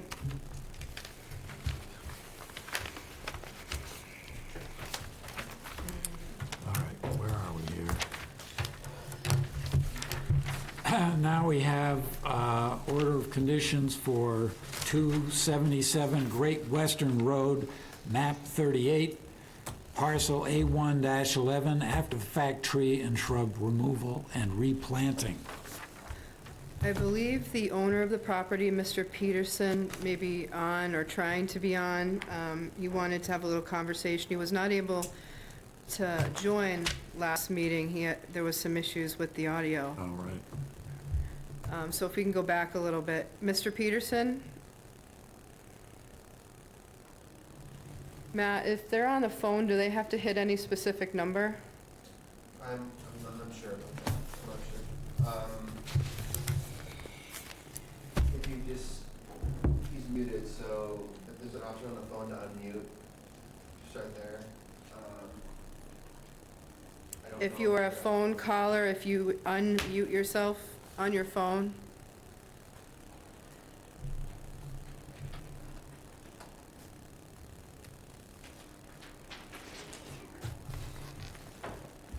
Sorry. Yeah, let's just try the callers.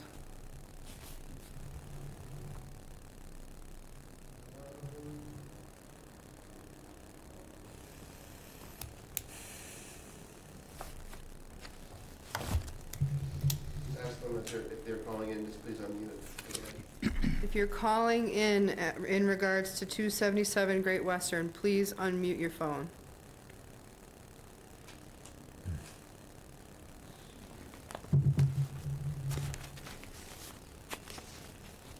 Is there a messaging? Well, if he's on the phone, I guess the messaging Yeah, you thing won't be able to doesn't see work. it. Let me quickly go into my email to see.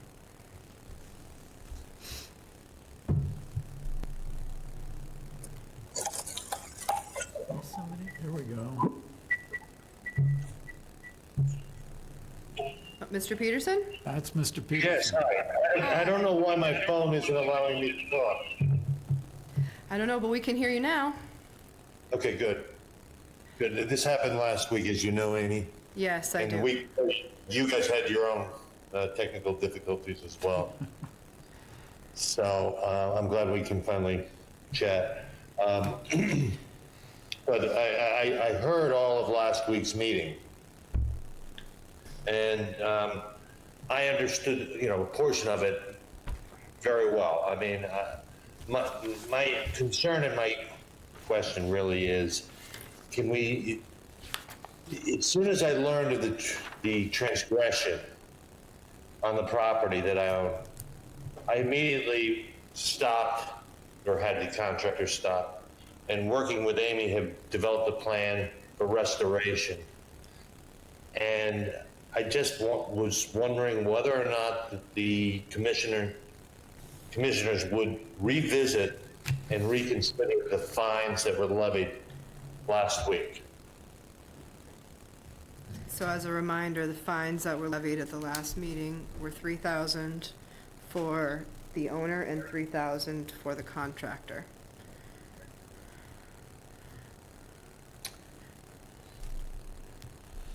Well, let's go around, see if anyone has anything to say about that. We'll start with you, Sophia. I guess my question back would be, the intent of the work would have been to, I guess, clear that hill for a view. And so I understand that, and I appreciate that you worked with Amy quickly to remediate that, but the fact of the matter is that I think when you live near water and you're clearing in order to have a better view of water, that should be a red flag. And unfortunately, it's something that happens quite a bit. And it's certainly like a thing people say, it's easier to ask for forgiveness. And I think that that's something that everybody's a little bit tired of hearing about at this point. So if you're gonna clear cut a slope that goes down to the water, there has to be, something to make up for it. So. I do understand that aspect of it, I do. And the property had been laying fallow for about a year and a half. It was Mort Terry's property, and he had passed away. And so everything was overgrown. I redid the lawn, I redid,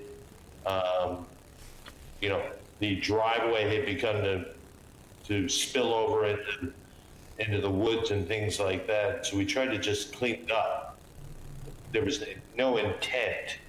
It was more of a cleaning operation. Right, yeah. And overstepped our bounds, we immediately stopped and made an attempt to adhere to whatever the commission, through Amy, had instructed us to do. Right. And so we immediately put down the wattle. We immediately hired, as soon as I could find an engineering firm. I immediately contacted an engineering firm and put together the restoration plan and what have you. And through the whole process, I've learned a lot.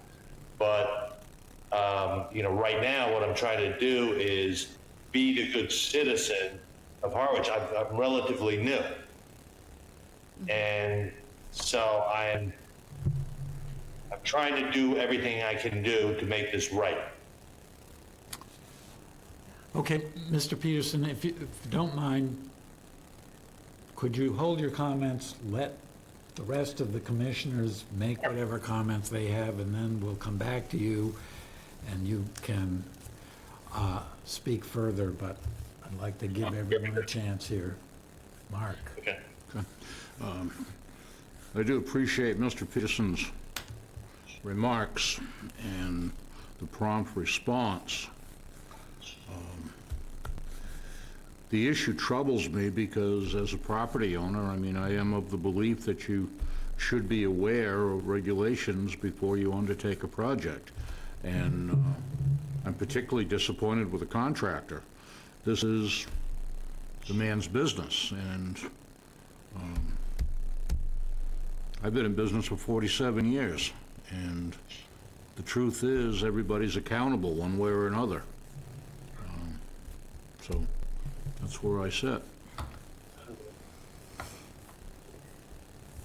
Thank you. Vivian?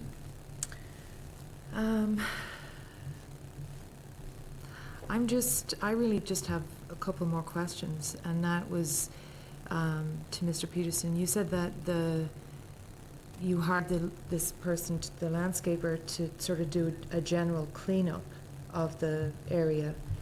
And I'm just wondering how, to your knowledge, that the general cleanup turned into an absolute clearing of every tree on the property in a way that looked like it was to improve the and I view. think So can you give us a little bit of background on that? What was your intent? What did you think?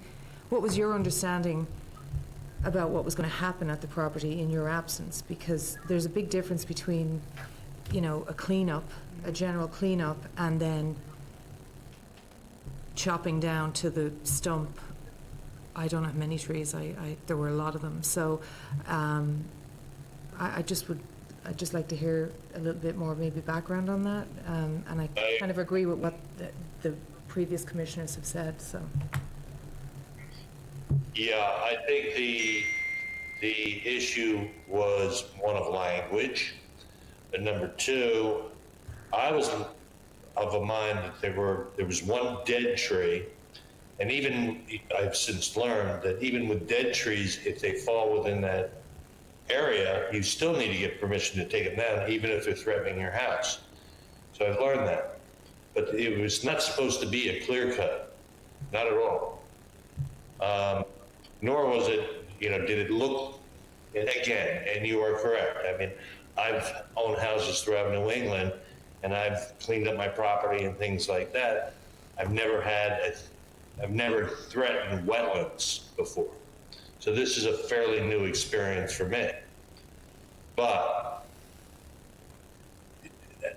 ignorance of the laws, as one of the commissioners pointed out 2 weeks ago at the previous meeting, is not a legitimate excuse. I'm not trying to use it as an excuse. Mm-hmm. So this project got out of hand while I wasn't there, and when the commission came by and issued the cease and desist, I ceased and desisted, and then immediately tried to, find out what steps I needed to take, because I was mortified. Okay, thank you. I don't see any reason to change anything.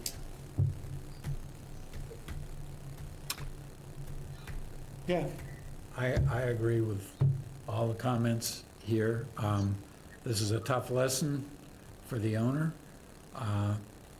but we've seen these sort of things in the past, and the message has to be clear here. So I don't think any of the commissioners think that we should change this. Okay, it was a request, but I will stand by whatever the commission's decision is. Can I just add one thing? Please I do. just want to point out that there, in the fines, it could have been per tree. It could have been a much higher fine if we wanted to go out there and count the stumps. So I think that it's, in the context, there's don't forget that there's that. We don't I like, appreciate it. yeah, we don't like having to do this. Unfortunately, it happens more often than not. So Anyway, Like I said, I will live by the rulings of the commission, and I will try to be a better neighbor. thank Thank you. you. Thank you. And we do appreciate you coming on, and sorry for the technical difficulties in the past. I'm glad that you were able to come on this time. With that being said, does the commission want to go over the draft conditions? I think I looked at them and didn't have an issue, but let me double check. Does anyone else have any comments on the conditions specifically? No, it's pretty clear. Yeah.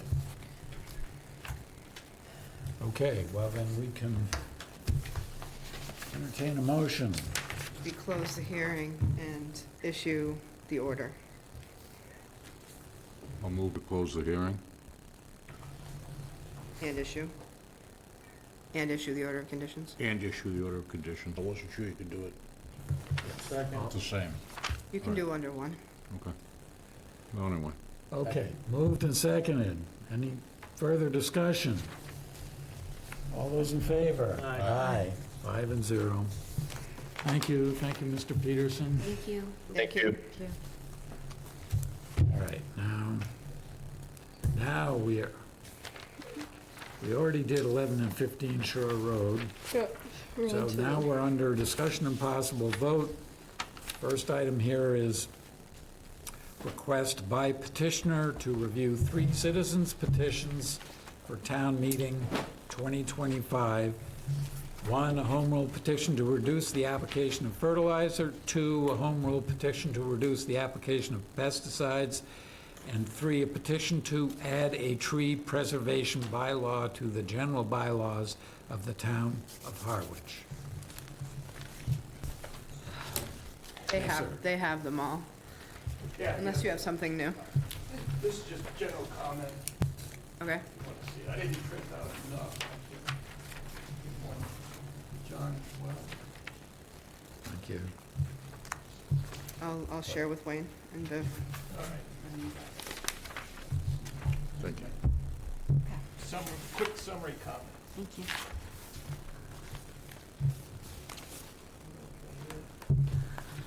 Oh, thank you. So you have the petitions before you. What I just gave you was just a summary comment, a review of all 3 petitions.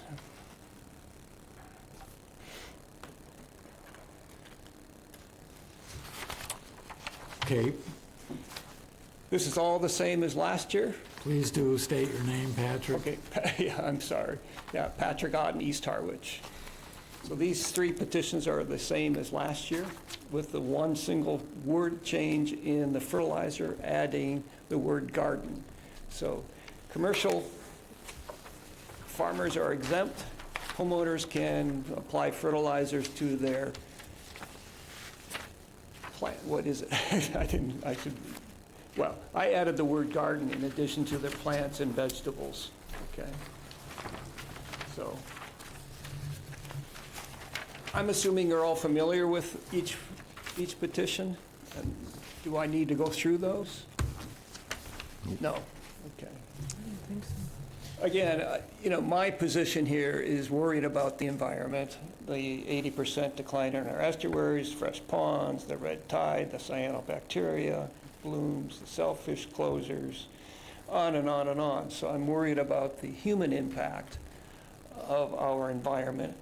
And our environment is the basis of our economic viability here on Cape Cod. So what can we do?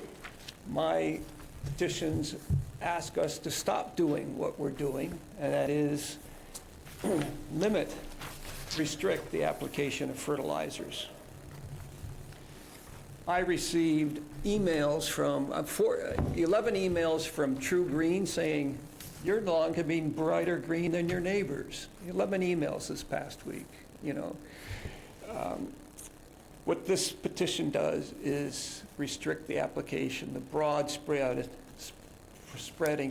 of fertilizers on the yard. If you're growing plants, vegetables, or a garden in your yard, go ahead and use organic fertilizer. If you're a commercial farmer, go ahead and use, no restrictions. Use what you need to use. So that summarizes quickly the fertilizer application. And again, this is a home rule request, asking the state legislature to allow Harwich to make its own decisions as to fertilizers application. What I'm giving you here is a starting point. If it needs to be modified, changed, amended, we can do that. The state legislature can do that. But all I'm doing is asking the state legislature for permission to have Harwich make its own decisions. Because Harwich is not the Berkshires. Harwich is not Beacon Hill. We are unique in our sole source aquifer in our sandy soils, and we need to pay attention to what we're doing to the place where we live. So that quickly summarizes the fertilizer petition, okay? It's basically the same request for the pesticides. Pesticides, the root word of pesticide is side, which means to kill. And that's exactly what pesticides do. They kill every living thing. The petition addresses the outdoor use. Outdoor, I'm stressing the outdoor use of pesticides, okay? Petition addresses the outdoor use of rodenticides, fungicides, herbicides, and insecticides. Spraying outdoors affects yourself, your neighbors, your children, your pets, the birds, the bees, the chipmunks, the squirrels, the snakes, the salamanders, and whatever else is unfortunate enough to cross your yard. If you and your family and pets don't want all the health risks due to exposure of chemicals sprayed in your yard, don't spray. Once it's on the soil, it also permeates through the sand into our aquifer, and now our ponds and estuaries have the same pesticides in them. So it's far-ranging. Okay. And again, I'm stressing that this is about outdoor spraying. If you look at the handouts downstairs available to you, how do you protect yourself from mosquitoes or ticks? You use personal spray. Spray your body. Wear the proper clothing. Close your windows, drain your water sources. This does not say, if you're worried about a tick or a mosquito, call a contractor to come and spray your yard. It says, take care of yourself first. Okay? And that's basically what this, again, another home rule petition to reduce the application of pesticides in the outdoor environment. It does not restrict indoor use. If you have a mouse in your house, fine. If you have fungus in your or mold in your house, fine. You can get waivers if you need herbicides. If you have a thick spread of poison ivy, you can get a waiver and apply herbicides outdoors. So again, this is a home rule request asking for permission from the state to let Harwich decide to manage herbicides. Pesticides, okay? The third one is, I think we just had an excellent example. This is concerning about cutting of trees. If a lot is being built, if you're doing construction work on a lot, the setback perimeter as defined by code, that 20, 10, 15-foot setback perimeter, is called a tree yard. And any trees greater than 6 inches in diameter in the tree yard are called protected trees. You can either leave that protected tree. If you decide to cut it, you have two remediation options. You can either plant in replacement half the given diameter as new trees, or you pay into a tree fund based on the number of inches in diameter that tree was that you cut. And the price is significant. It's $150 per inch for the first 20 inches. It goes to $350 per inch for the between 20 inches and 60 inches, and above that it goes to $400 an inch for trees greater than 60 inches in diameter. So it's significant costs, okay? And this is only applying to construction, and it only applies to the outdoor perimeter. Okay. If you're a homeowner and you are not building and you want to clear cut your lot, besides the restrictions that are in place, you can do that. Okay. If it's a tree that's endangering you, you can cut it, okay? So I'm not restricting homeowners and what they're doing. This is only during construction. It always comes up, how are you going to enforce all this? Well, the same way it's currently enforced. We have Amy, we have a tree warden, Link Hooper, you know. Enforcement is done with the same way it's done with all the existing codes, okay? Another thing that comes up is education. Why don't we just educate people? Well, this is education. By passing these bylaws, by passing these codes, people are becoming educated in exactly the same way that we became educated about smoking, about driving with seatbelts, about DDT, okay? Laws help educate people. So it's not the set premise that you must be educated first and then you set the regulations. I think they're all tied together, and it's a learning curve that achieves the end goal. Another pushback you get is, it's my yard, I'm a private citizen, I own that yard, it's mine, you can't tell me what to do. That's true. However, you live in a community. Harwich has a code of conduct of 300+ pages. There's a Massachusetts state code, there's federal codes. Those codes are hundreds of pages long. Yes, you're a private citizen, but you live in a community, you live in a society. And that's why we're here today, because we're talking about our behavior, how it affects where it is that we live, okay? Okay.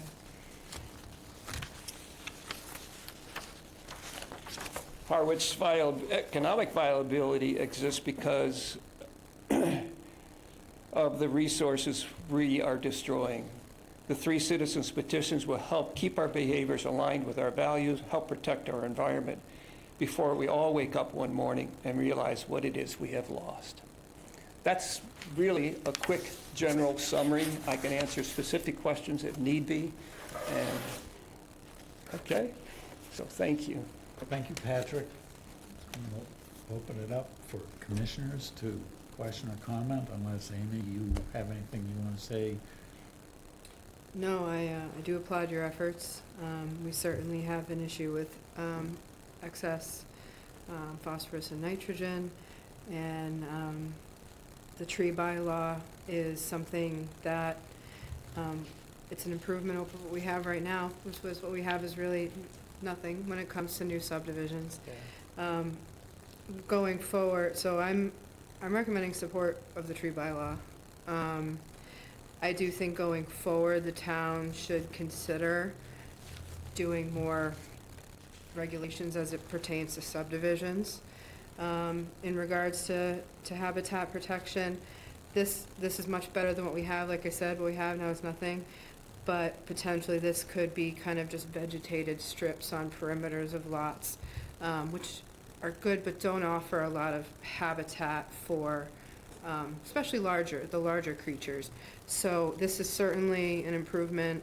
I mean, I hear it all the time. I get calls all the time, regardless of if it's near a wetland or not. When a new subdivision goes in, I'm getting a phone call, doesn't matter where in Harwich it is, asking why all the trees came down. Why can't they keep at least some of the trees? And I think this is a step in the right direction for that. And by the way, this is a copy of the bylaw from Mashpee, which was passed in 2023. Okay, so it's on the books. I have not the technical ability to write that bylaw, so I've copied it word for word from Mashpee. Okay. And yeah, trees are critically important to our environment. We're zone rural. We're not zone urban, you know, and we need to keep our rural environment. Your sensitivity is spot on. All of your sensitivity. Yeah. Say we go one of the bylaws at a time, just so we don't, one of the proposals at a time, so we don't mix them up too much. Okay, well, let's start with the tree bylaw. Wayne? I agree. Trees are very, very important. I'm a farmer, and I love trees.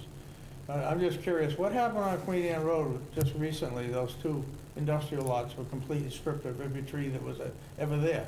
Yep. Isn't there any control yet? No? None whatsoever. There's none. Wow. What's happening on Route 39 and every single one of those new developments going in. Yeah, well, they have to clear the trees to put the roads in, and you gotta clear enough trees to put the house in, but that's understandable, but what I saw on Queen Anne Road disgusts me, really. Anyway, yeah, I'm okay with this. Vivian? Ditto. I think yay for you. Oh, thank you. I have no remarks. I guess maybe it's in here and I'm not reading it right, but, so we built our house 8 years ago, and we had to pay the box turtle tax, which we're happy to pay. Love box turtles. We're in habitat.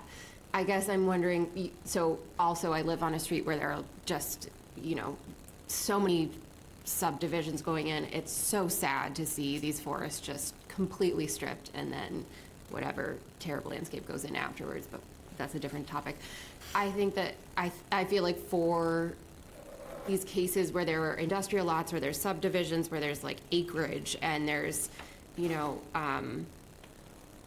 financing there, and there's like, millions of these houses are selling for $3 million a piece. I think that I'm fully behind it in that scenario. I feel a little bit like, for those of us who are lucky enough to stumble across a piece of land, like how would it affect, somebody who's really just, I don't know, trying to build a barn on their plot, or, does it put any burden on, the average person trying to build a house? So what is defined in this bylaw is a tree yard, and that tree yard, by definition, is a setback perimeter. Yeah. And typically, you can't build in the setback, right? You have 10 feet around your perimeter of your yard. I think it's 20 in the front, 15 maybe. So it's more, it's 25 and then 20. Yeah, it depends, and it applies to all lots. There's different setbacks for if it's industrial or Right. not. But typically, you can't build in the setback anyways, unless you get special exemption. Okay? So for most normal building following the rules, you're not going to be affected. Okay? The one case may be that you want to put your driveway in, and lo and behold, there's a 3-foot diameter oak tree there, and you want to take it down. Well, sorry. Either you replant an equivalent in half the diameter of new trees, native species, or you pay the tree fund rate of the equivalent diameter of that tree. Would there be any process for exceptions in an exceptional circumstance, or is that, like with an Amy or with I missed the tree warden's name? Link. Yeah, Link Hooper, yeah. DPW director. Without specifics, I can't answer that question. But again, this is a bylaw. Once it's on the books, it can be amended and edited as per need. Right. Okay, it's not the final rule, right? It's a starting point again. Okay, yeah, that looks great. I like it. But you are saying that part of the bylaw is if you want to take down a tree that's in the tree yard, you can do it. You just have to pay a tax, basically, on that. Or plant. So that's an exception. Or plant. I see, it's one or the other. Yeah. I think maybe there could be a hardship provision That's okay. going that would- forward. Yeah. Yeah, I can't change it now, but if it gets passed on the books, then let's introduce that idea. Okay, thank you. And I agree with previous comments. I think it's a good idea. I'm horrified. The one thing that I saw recently was down there on Main Street Extension where there was a violation and a lot right next to it had been We couldn't do completely anything about it. clear cut. Yeah. And it's not clear what's happening there either. Is that residential zoning over there? They're proposing duplexes. That's called Shelley's Path, that road. Right. So I think it's a problem, and I think something needs to be done, and this seems to me like a reasonable thing. So, yeah, if you want to vote on them independently, if you feel So appropriate. are you requesting support? I need all the help I can get. Last year at town meeting, it was denied because it was claimed I didn't hold public hearings. I held 3 public, what did I call them? Sorry, slipped my mind. At the 204, I held 3 public meetings. I can't personally, as a resident, hold public hearings. That's up to the select board. But the argument was, you didn't hold public hearings, nobody knew about this, so we have to vote it down. Well, town meeting is a public hearing, okay? And that's where, decisions are made. So I do need help. Yes. Does anyone care to make a motion? I'll make the motion at least. Speak not accept, but to, Support. support, yes, good point. Support Mr. Otten's motion, or, plan, not plan, even. Add a chapter, a new chapter, tree preservation bylaw. Oh, okay, yeah. The Howard Street Preservation Bylaw, there you go. Oh, yeah. This is it. Second. Okay, further discussion. All those in favor? Aye. Aye. Yeah, thank you. Okay, 4 and 1.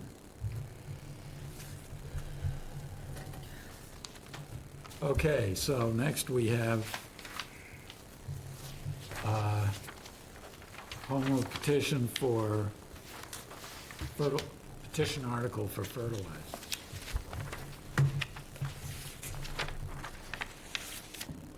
Do we have discussion here? I'll go.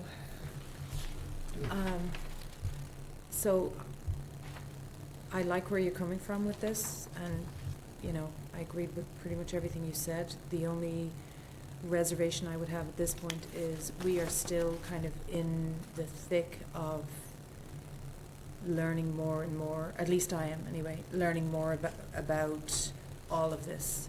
Yeah. And I would also want to know are there potential impacts to other stakeholders involved in this? In other words, I don't feel comfortable enough in my understanding of all of this just yet. We are working on it. I think we're going to work on it again Very soon, in a couple very weeks. soon. And so I would like to sort of just, for now, kind of put a pin in it. But again, I applaud your efforts.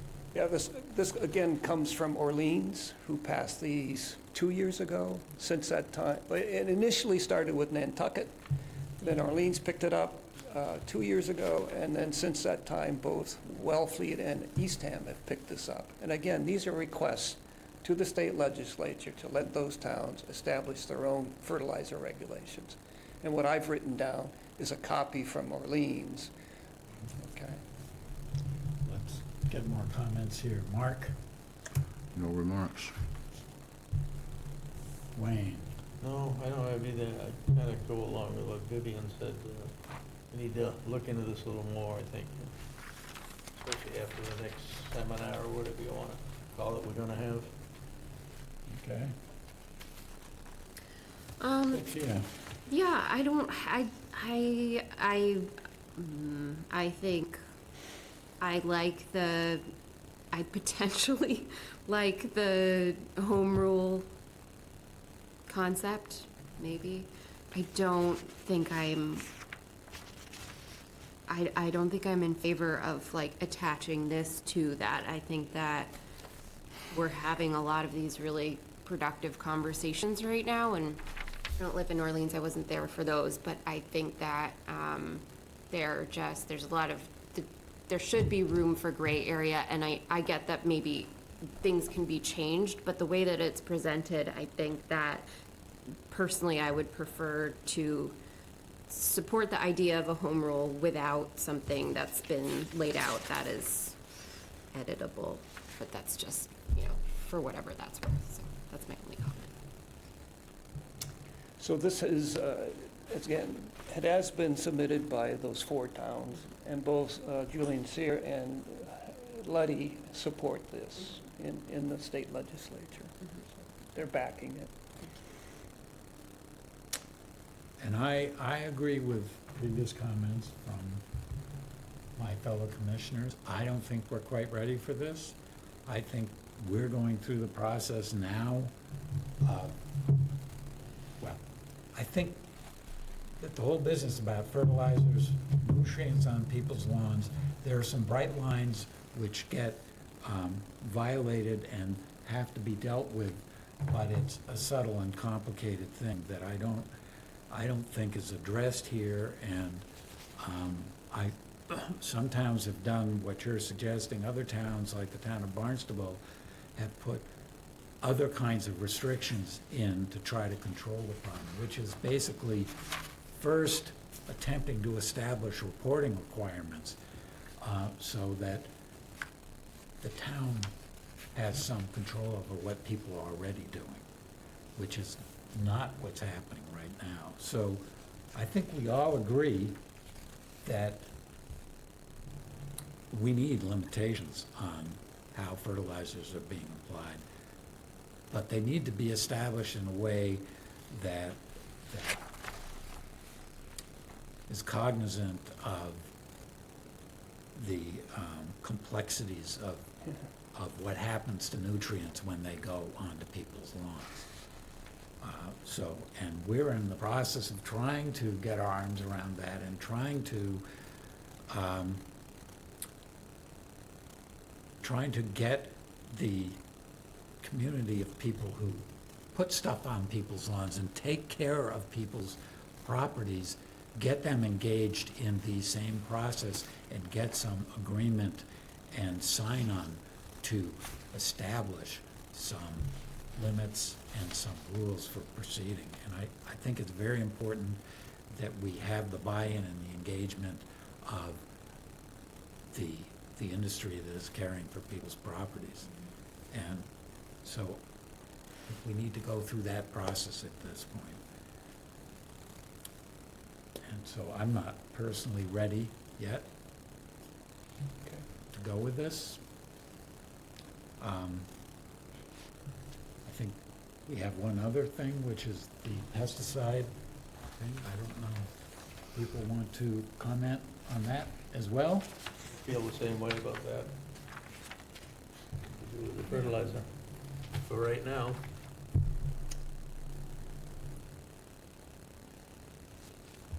I don't know. I'm not ready yet. Come back to me. Well, when would you like me to come back to you or us? I mean, do you have anything to say? Just no comment. No, I'm with everybody else on this. I don't think we're in a place to render an opinion about this going forward yet. I have nothing to add. Okay, good. I appreciate your support. Tell me more about these next steps for the fertilizers. I know I was here Yeah, we're gonna, a month ago with, I guess we could take that real quick to pick a date for our next meeting, and then we'll talk, we have an update about the Herring River, so we're getting there. But I had proposed, well, the 28th of March will not work. We cannot, it's important that we have this room, I feel. It's big enough, it has the capability. The other hearing rooms that are open are just not big enough and don't have kind of the remote participation component and making a good presentation component quite. Proposed April 4th, I know John has a conflict with that date. I'm I sorry, can't remember the other just dates can't. I proposed. Well, it was Monday and Thursday it was the 3rd and then the 31st. 31st of March, yeah. And I'm sorry, but all three of those things, I have other things that I just So can't. other than those, I don't have a solid, no, I don't know when the room is available, other than I looked for a few dates and that's what I found. And Yeah. and at this point, I have contacted some people from UMass and they're interested in participating either in person or remotely, but I said I can't tell you exactly yet because we don't have a date. So what about the following week? Like, and again, Unfortunately, it's not something I can check from here. I actually can't do it. I'm sorry. My spring has just Sprung. has sprung. I mean, maybe. I can look at the public hearing calendar, like if we wanted to do another evening, we were trying to do afternoons. Yeah, maybe that's the way to go. We might have to do evenings, So, like such as. Does let it me have to be Friday? In the afternoon? Just in general, doesn't have to be. No, it doesn't. It's complicated getting this hearing room in the evening, any other night during the week. Afternoons, I would have to check. These rooms are, believe it or not, really busy. I can look really quickly at the public meeting calendar. That wouldn't include any rooms that departments have reserved, such as the reason why this is not available on the 28th is because there's union negotiations going on in here. So I can't see what that schedule is, but let me look for evenings at the public meeting portal here for, I would say at this point, probably the beginning of April.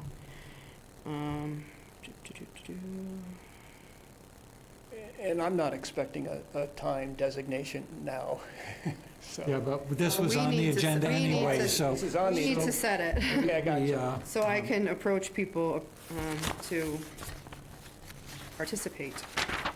All right, so April, So that's number 3, reschedule nutrient management workshop. Got it. Thank you. Okay. because I feel like it needs to be standalone from our hearings. I mean, we don't Yeah, want to yeah, be yeah. talking about nutrients at 9 o'clock at night. I mean, There will be tears. Speak for yourself. right? I would prefer that is done on any afternoon, Yeah. so there's ample We time. potentially, looking right now at public hearing, I could potentially, do Wednesday, the 9th, in the afternoon, or maybe evening. can't do that That's an week. off week, you can't do that? Like I said, my spring has sprung. That whole week is out for me. Okay. What about the 3rd of April? No, that's a Thursday? The day That's the day before? after our meeting, I could see? John can't? No? I Oh, that's right, you can't, you said you couldn't do that one, yeah. mean, And I just really don't think we're gonna be ready before the end of March to get gonna be- speakers. We're also gonna like lose contractors I being know. able to come in. That's the other thing. It's like, I know. we were, the 28th would have been fabulous, but that, It won't work. the room is booked all day that day, or there are other Yeah. conflicts. yeah. All day, 9 to 11 and 11 to whatever. What about the library? Is there anywhere else we could go besides here? So yes, we could have the Channel 8 studio, but that is, if we get 20 contractors, we're not gonna, or people in the room, not even contractors, just, we had probably 20 in the room. It won't fit, it'll be tight. You probably could fit it with 20, So, but about the rec building? that's what I'm talking about. Oh, so. As the well, big the room in there with the multi-purpose stage? room. I don't believe the multi-purpose room, you can do a presentation, but I don't think there's remote participation ability there. I guess Matt, so. correct me if I'm wrong there, but, how about if we schedule a meeting to use the studio and then have the multipurpose room as overflow and project the presentation onto a screen in the multipurpose room? again, I'll have to check, because that multi-purpose room's used quite frequently too. Yeah, If you they're want busy. tomorrow, I can get back to you with revised dates, I just Yeah. can't tonight, Okay. with the limitations. Um, Okay, but, okay. Last but not least, Thank sorry. you, everybody. Thank you. Thank you, Patrick. Those And on- petitions will be on the town warrant. Yes. They cannot be removed, so we'll Thank see what you. happens at town meeting. Thank you. Thanks. And last, we have representatives online from TRC companies Okay. to go over the final draft and answer any questions or field any comments that you have just about this study. So, people online, if you could introduce yourself, sorry for the wait. No problem. It's great to finally be meeting everybody. My name is Matt Ladwig with TRC, the project manager for this project. Luke, want to go next? Sure. Hi, everyone. Good evening. My name is Luke Olson. I was the field lead for the field survey for the project and had a large hand in the report as well. Thank you. So after the last meeting we had, where a little while ago, the commission had some comments and questions that you have since addressed. And this is not we're gonna have a public actual meeting about this, in which they'll be present. This is just any kind of, we wanna finalize this document if we can and get us ready for that. Are there any questions that you have for these folks? Actually, I have one. Yeah. Have you been able to connect with Sarah Eaton, our IT person, regarding how this, we had that meeting, virtual meeting, about how we could incorporate or get the data layers and use them. I don't know if there had been any follow-up after that. No, there hasn't been any, but I'm happy to reach back out to Sarah and see how we can get her that information. I think we generally came out of that meeting agreeing that it could be done, but I think she's just going to check with the town's GIS vendor just to see what the best way to do it would be. I will send her a reminder by the end of the week. Tomorrow I'm at a workshop and I'll copy you, Matt. Okay, that sounds great. So, just as a clarification here, it should be clear that all the data files are the property of the town. That's part of this contract. So regardless of the ability, of the town to, with its current software, to be able to access those files, and every effort should be made for you to provide those files in a format that are accessible. Nonetheless, the files, the core source files, should be transferred to the town regardless of how that effort goes, in my view. So that the town can, in the future, access these files one way or another. And you can access the files, so clearly it's possible. And if the town has the same software that you do, which probably don't, but I'm just trying to make a We have the distinction. same, we have an ESRI product, I believe. A rudimentary one. But the files provided should be in a format that is industry standard, so it doesn't just have to be a certain licensed product that can access those. A licensed product or even an open source freely available product ought to be able to access the files as provided to the town. Do you see any problem with that requirement? No, I think the only question may be, do you want more than one kind of file type, depending on what your vendor needs? I think we're planning on providing a geodatabase that will have shapefiles in it, essentially, that could be accessed by pretty much any program. I'm not our GIS person, but I know that we can provide it in multiple different formats. So we're confident we'll be able to get it to you, and we just want to make sure it's provided in the most useful formats for you. And just to clarify, this is the information that should be attached to Appendix B. Correct. It's more like the data that was collected at the individual data points. Transect survey results and Correct. quadrant data, okay. Yep. So, do you have anything I don't else? have any last comments. I would be ready to I mean, it's not really a motion, but I would be ready to accept this in its, in the form that it's in. Okay, comments from commissioners. Sophia, anything? Are there any, is there a reason some of the site photos aren't available, and are those important? Would the site photos be in the GIS layers?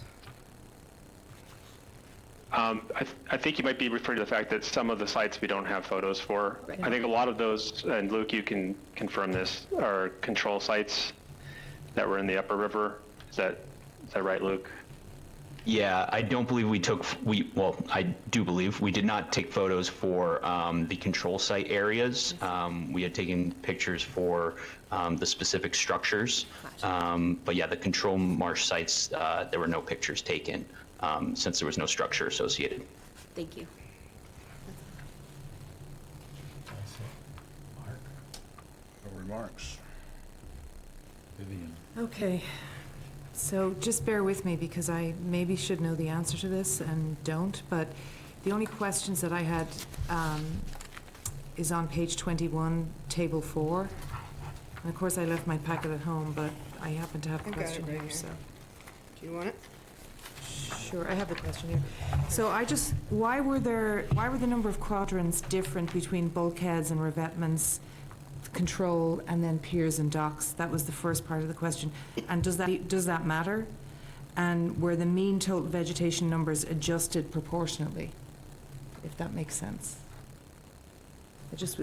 So I can answer the first part of that question, just regarding the bulkhead revetments versus the piers and docks.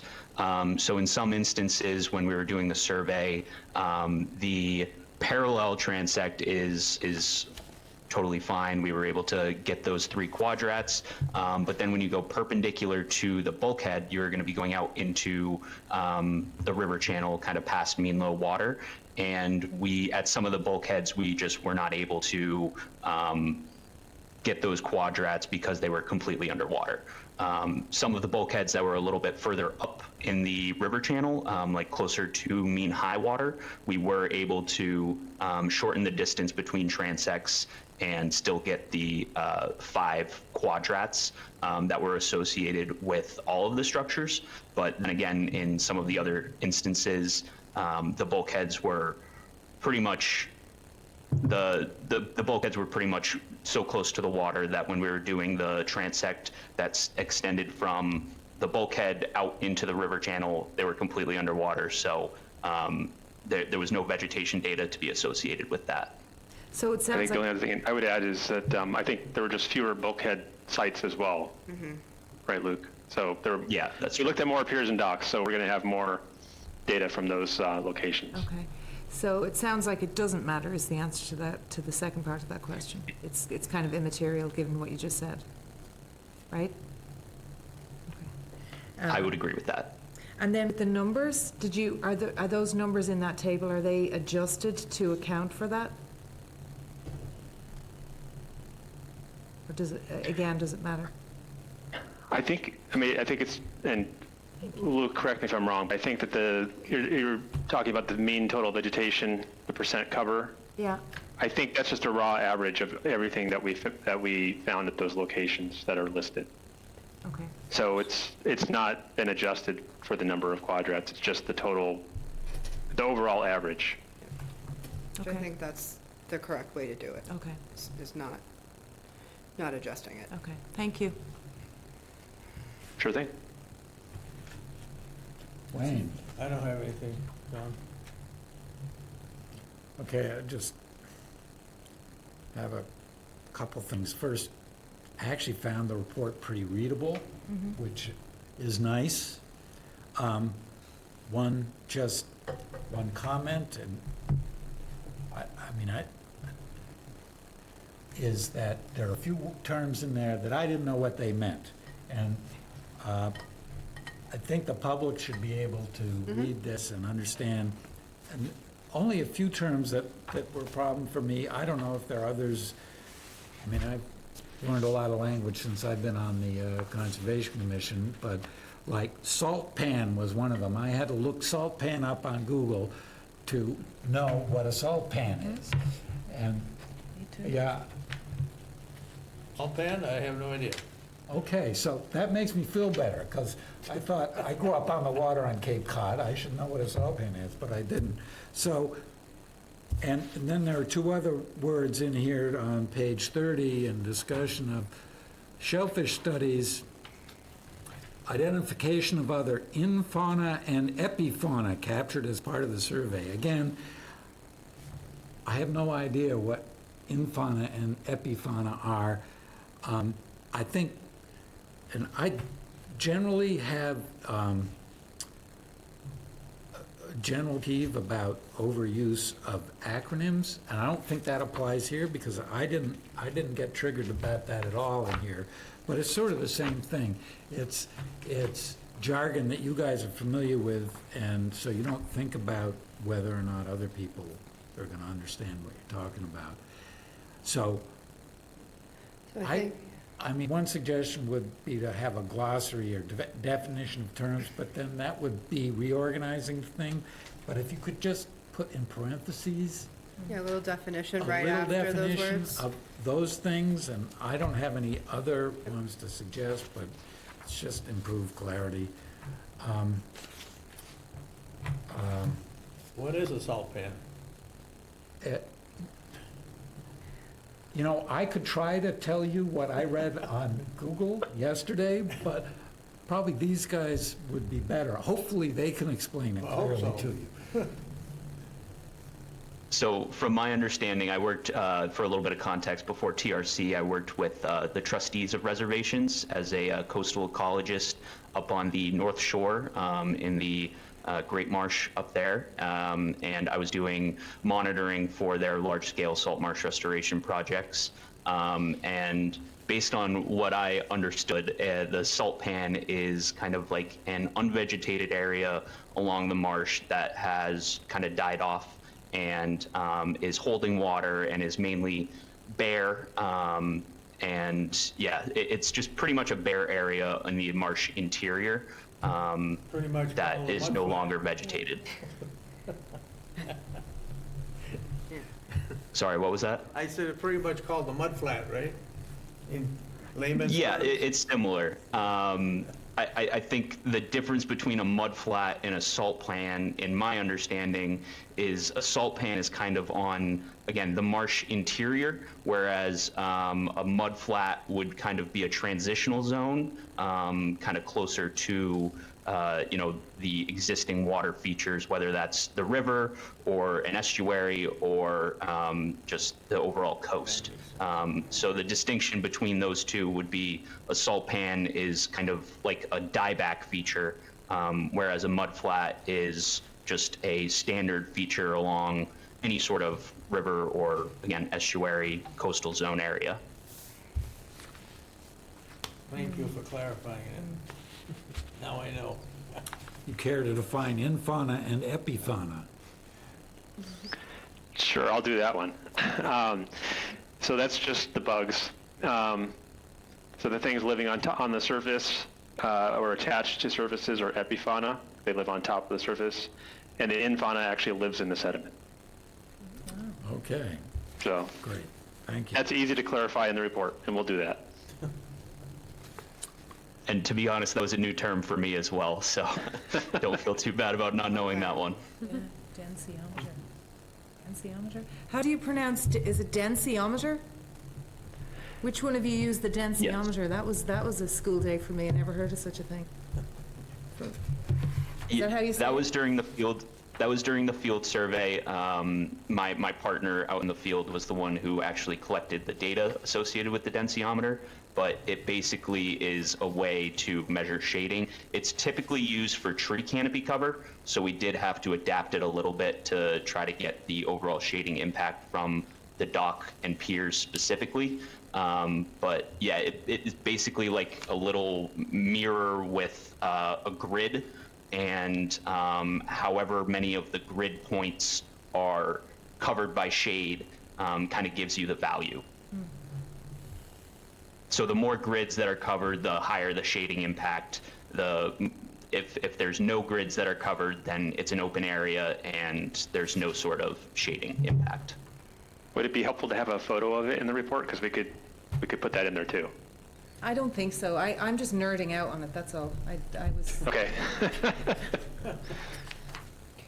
I have one persnickety question. On page 20, I'm only familiar with one marsh shelter, Ivor frutescens. Are there multiple, and is that why the species isn't specified, or?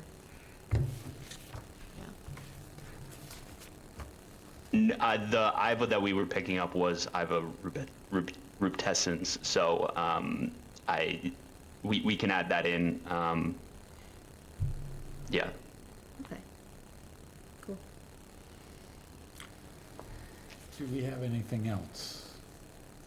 So I think the next would be to schedule while we've got you both here, maybe is just kind of schedule a date for when this public meeting is going to be. Is it something that you want to do at the very beginning of like a normally scheduled public meeting, or is it something you'd rather separate out?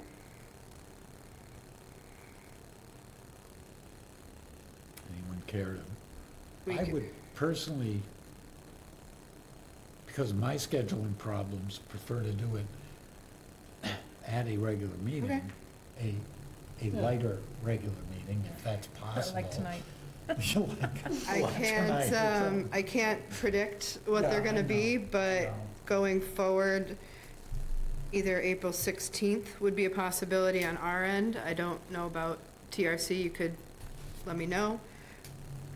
Or May 7th, I'm not well, that's town meeting week. How does April 16th work? It works fine for me. I think that should work for me as well. Okay. And you'd be able to come down and do the presentation? Yes. Great, so we start at 6 o'clock.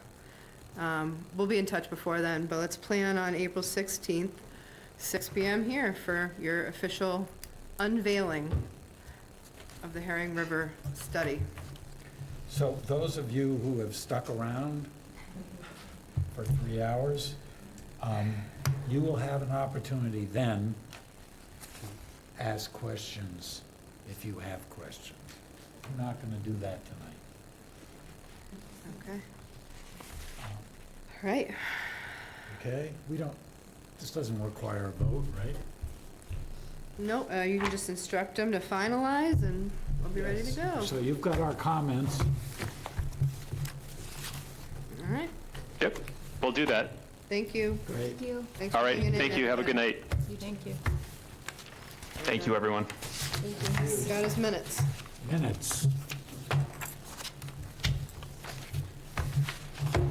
Anybody have, Good night. Good night. good night. Comments on the minutes? Not No. particularly. How about generally? Lily did a nice job. Generally either. Who did the minutes? Lily. Yeah, I did. I would move to approve the minutes. There was an ING missing, but I think probably, spell check probably caught it. I don't know what I did with it. Send it to me if you, Did you second? I see it again. I'll Okay. send it. All those in favor? Aye. 5-0. Anything else? Yeah, down on Route 28, South Howard, they're using that lot there right next to Andrew Roof for staging area? yep. That was part of the project that Oh, you was it really? approved. Yep, Okay. yep. I just saw one by and I saw this stuff piled there. so, No, yep, it's part of the staging area, but I do keep an eye on it to make sure they're not getting too close to the Right. stream there. I see the wattles are out there, so. Yeah. Also, what's the latest on the Main Street Bog fiasco there with the tech school? It's going, well, I can't speak to CPC, what, the funding, Can't speak, I mean, They took no action. well, I mean, I'm not the expert in terms of that. Project's moving forward in terms, they've continued to do some planning. The town and the tech is in agreement to enter into the study, the eco-restoration study that HCT is doing planning on doing on Ray Thatcher's bogs, but only to potentially connect Flax Pond again, not for the rest of the property, Right, just the water flow. just so the water would flow, but I that's just as read far. reading that article in the Chronicle, it was kind of interesting. Yeah. They're throwing numbers out there pretty staggering. Yeah. Which, Well, it said in the article, it looked like they originally thought they were going to somewhere between $4 and $7 million Oh, money. for a satellite school, and now it's upwards of $10 million. Good God. I didn't realize they were planning on building a satellite school there. I thought they were going to use that barn and whatnot, and Redo it, like, yeah, apparently. new facilities I and guess. classrooms, not like, yeah, I've seen, the concepts. Yeah. Would the concepts would be something we could see as a commission? Yeah, I think so. I can send them around to you. They're more like connected pods, like for outdoor classrooms, and then a new barn, in the approximate area, and things like that. Well, but yeah, I don't see any reason why I can't share them. I think they've been shared publicly. Yeah, they were not too long ago, because I looked at them. Really? Yeah, but I don't remember what the hell they were. the ones you might have have, been CPC.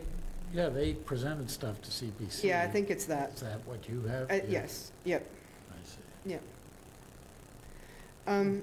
I'll send you the link to it. Yeah, that'd be good. I'd like to take a look at it. It's pretty incredible. I'm sure it is with $10 million. You hope it is. It better be. Next Thursday, if anybody has a little time in the morning, we're going to be installing plover fencing at Red River and Bank Street beaches, if anybody wants to come I'll be there. install fencing. It's on my calendar. Can we keep the sand and snow, or salt and sand discussion on our radar? Oh, yeah. Oh, absolutely. Thank you. Maybe, I don't know if there's anything we can like discuss or potentially change before next winter, but it's still on my mind. Yeah, mine too. Okay. Probably should be something to get the DPW director to come in and just give talk That'd be about great, like what yeah. their practices are. Yeah, All right. Thank you for the reminder. yeah, of course. Okay. Alrighty. Oh, I'd make a motion, we adjourn the meeting of, the hell is it, March 19th, the Harwich Conservation Commission. That's seconded. All those in favor? Aye, aye, aye. Aye.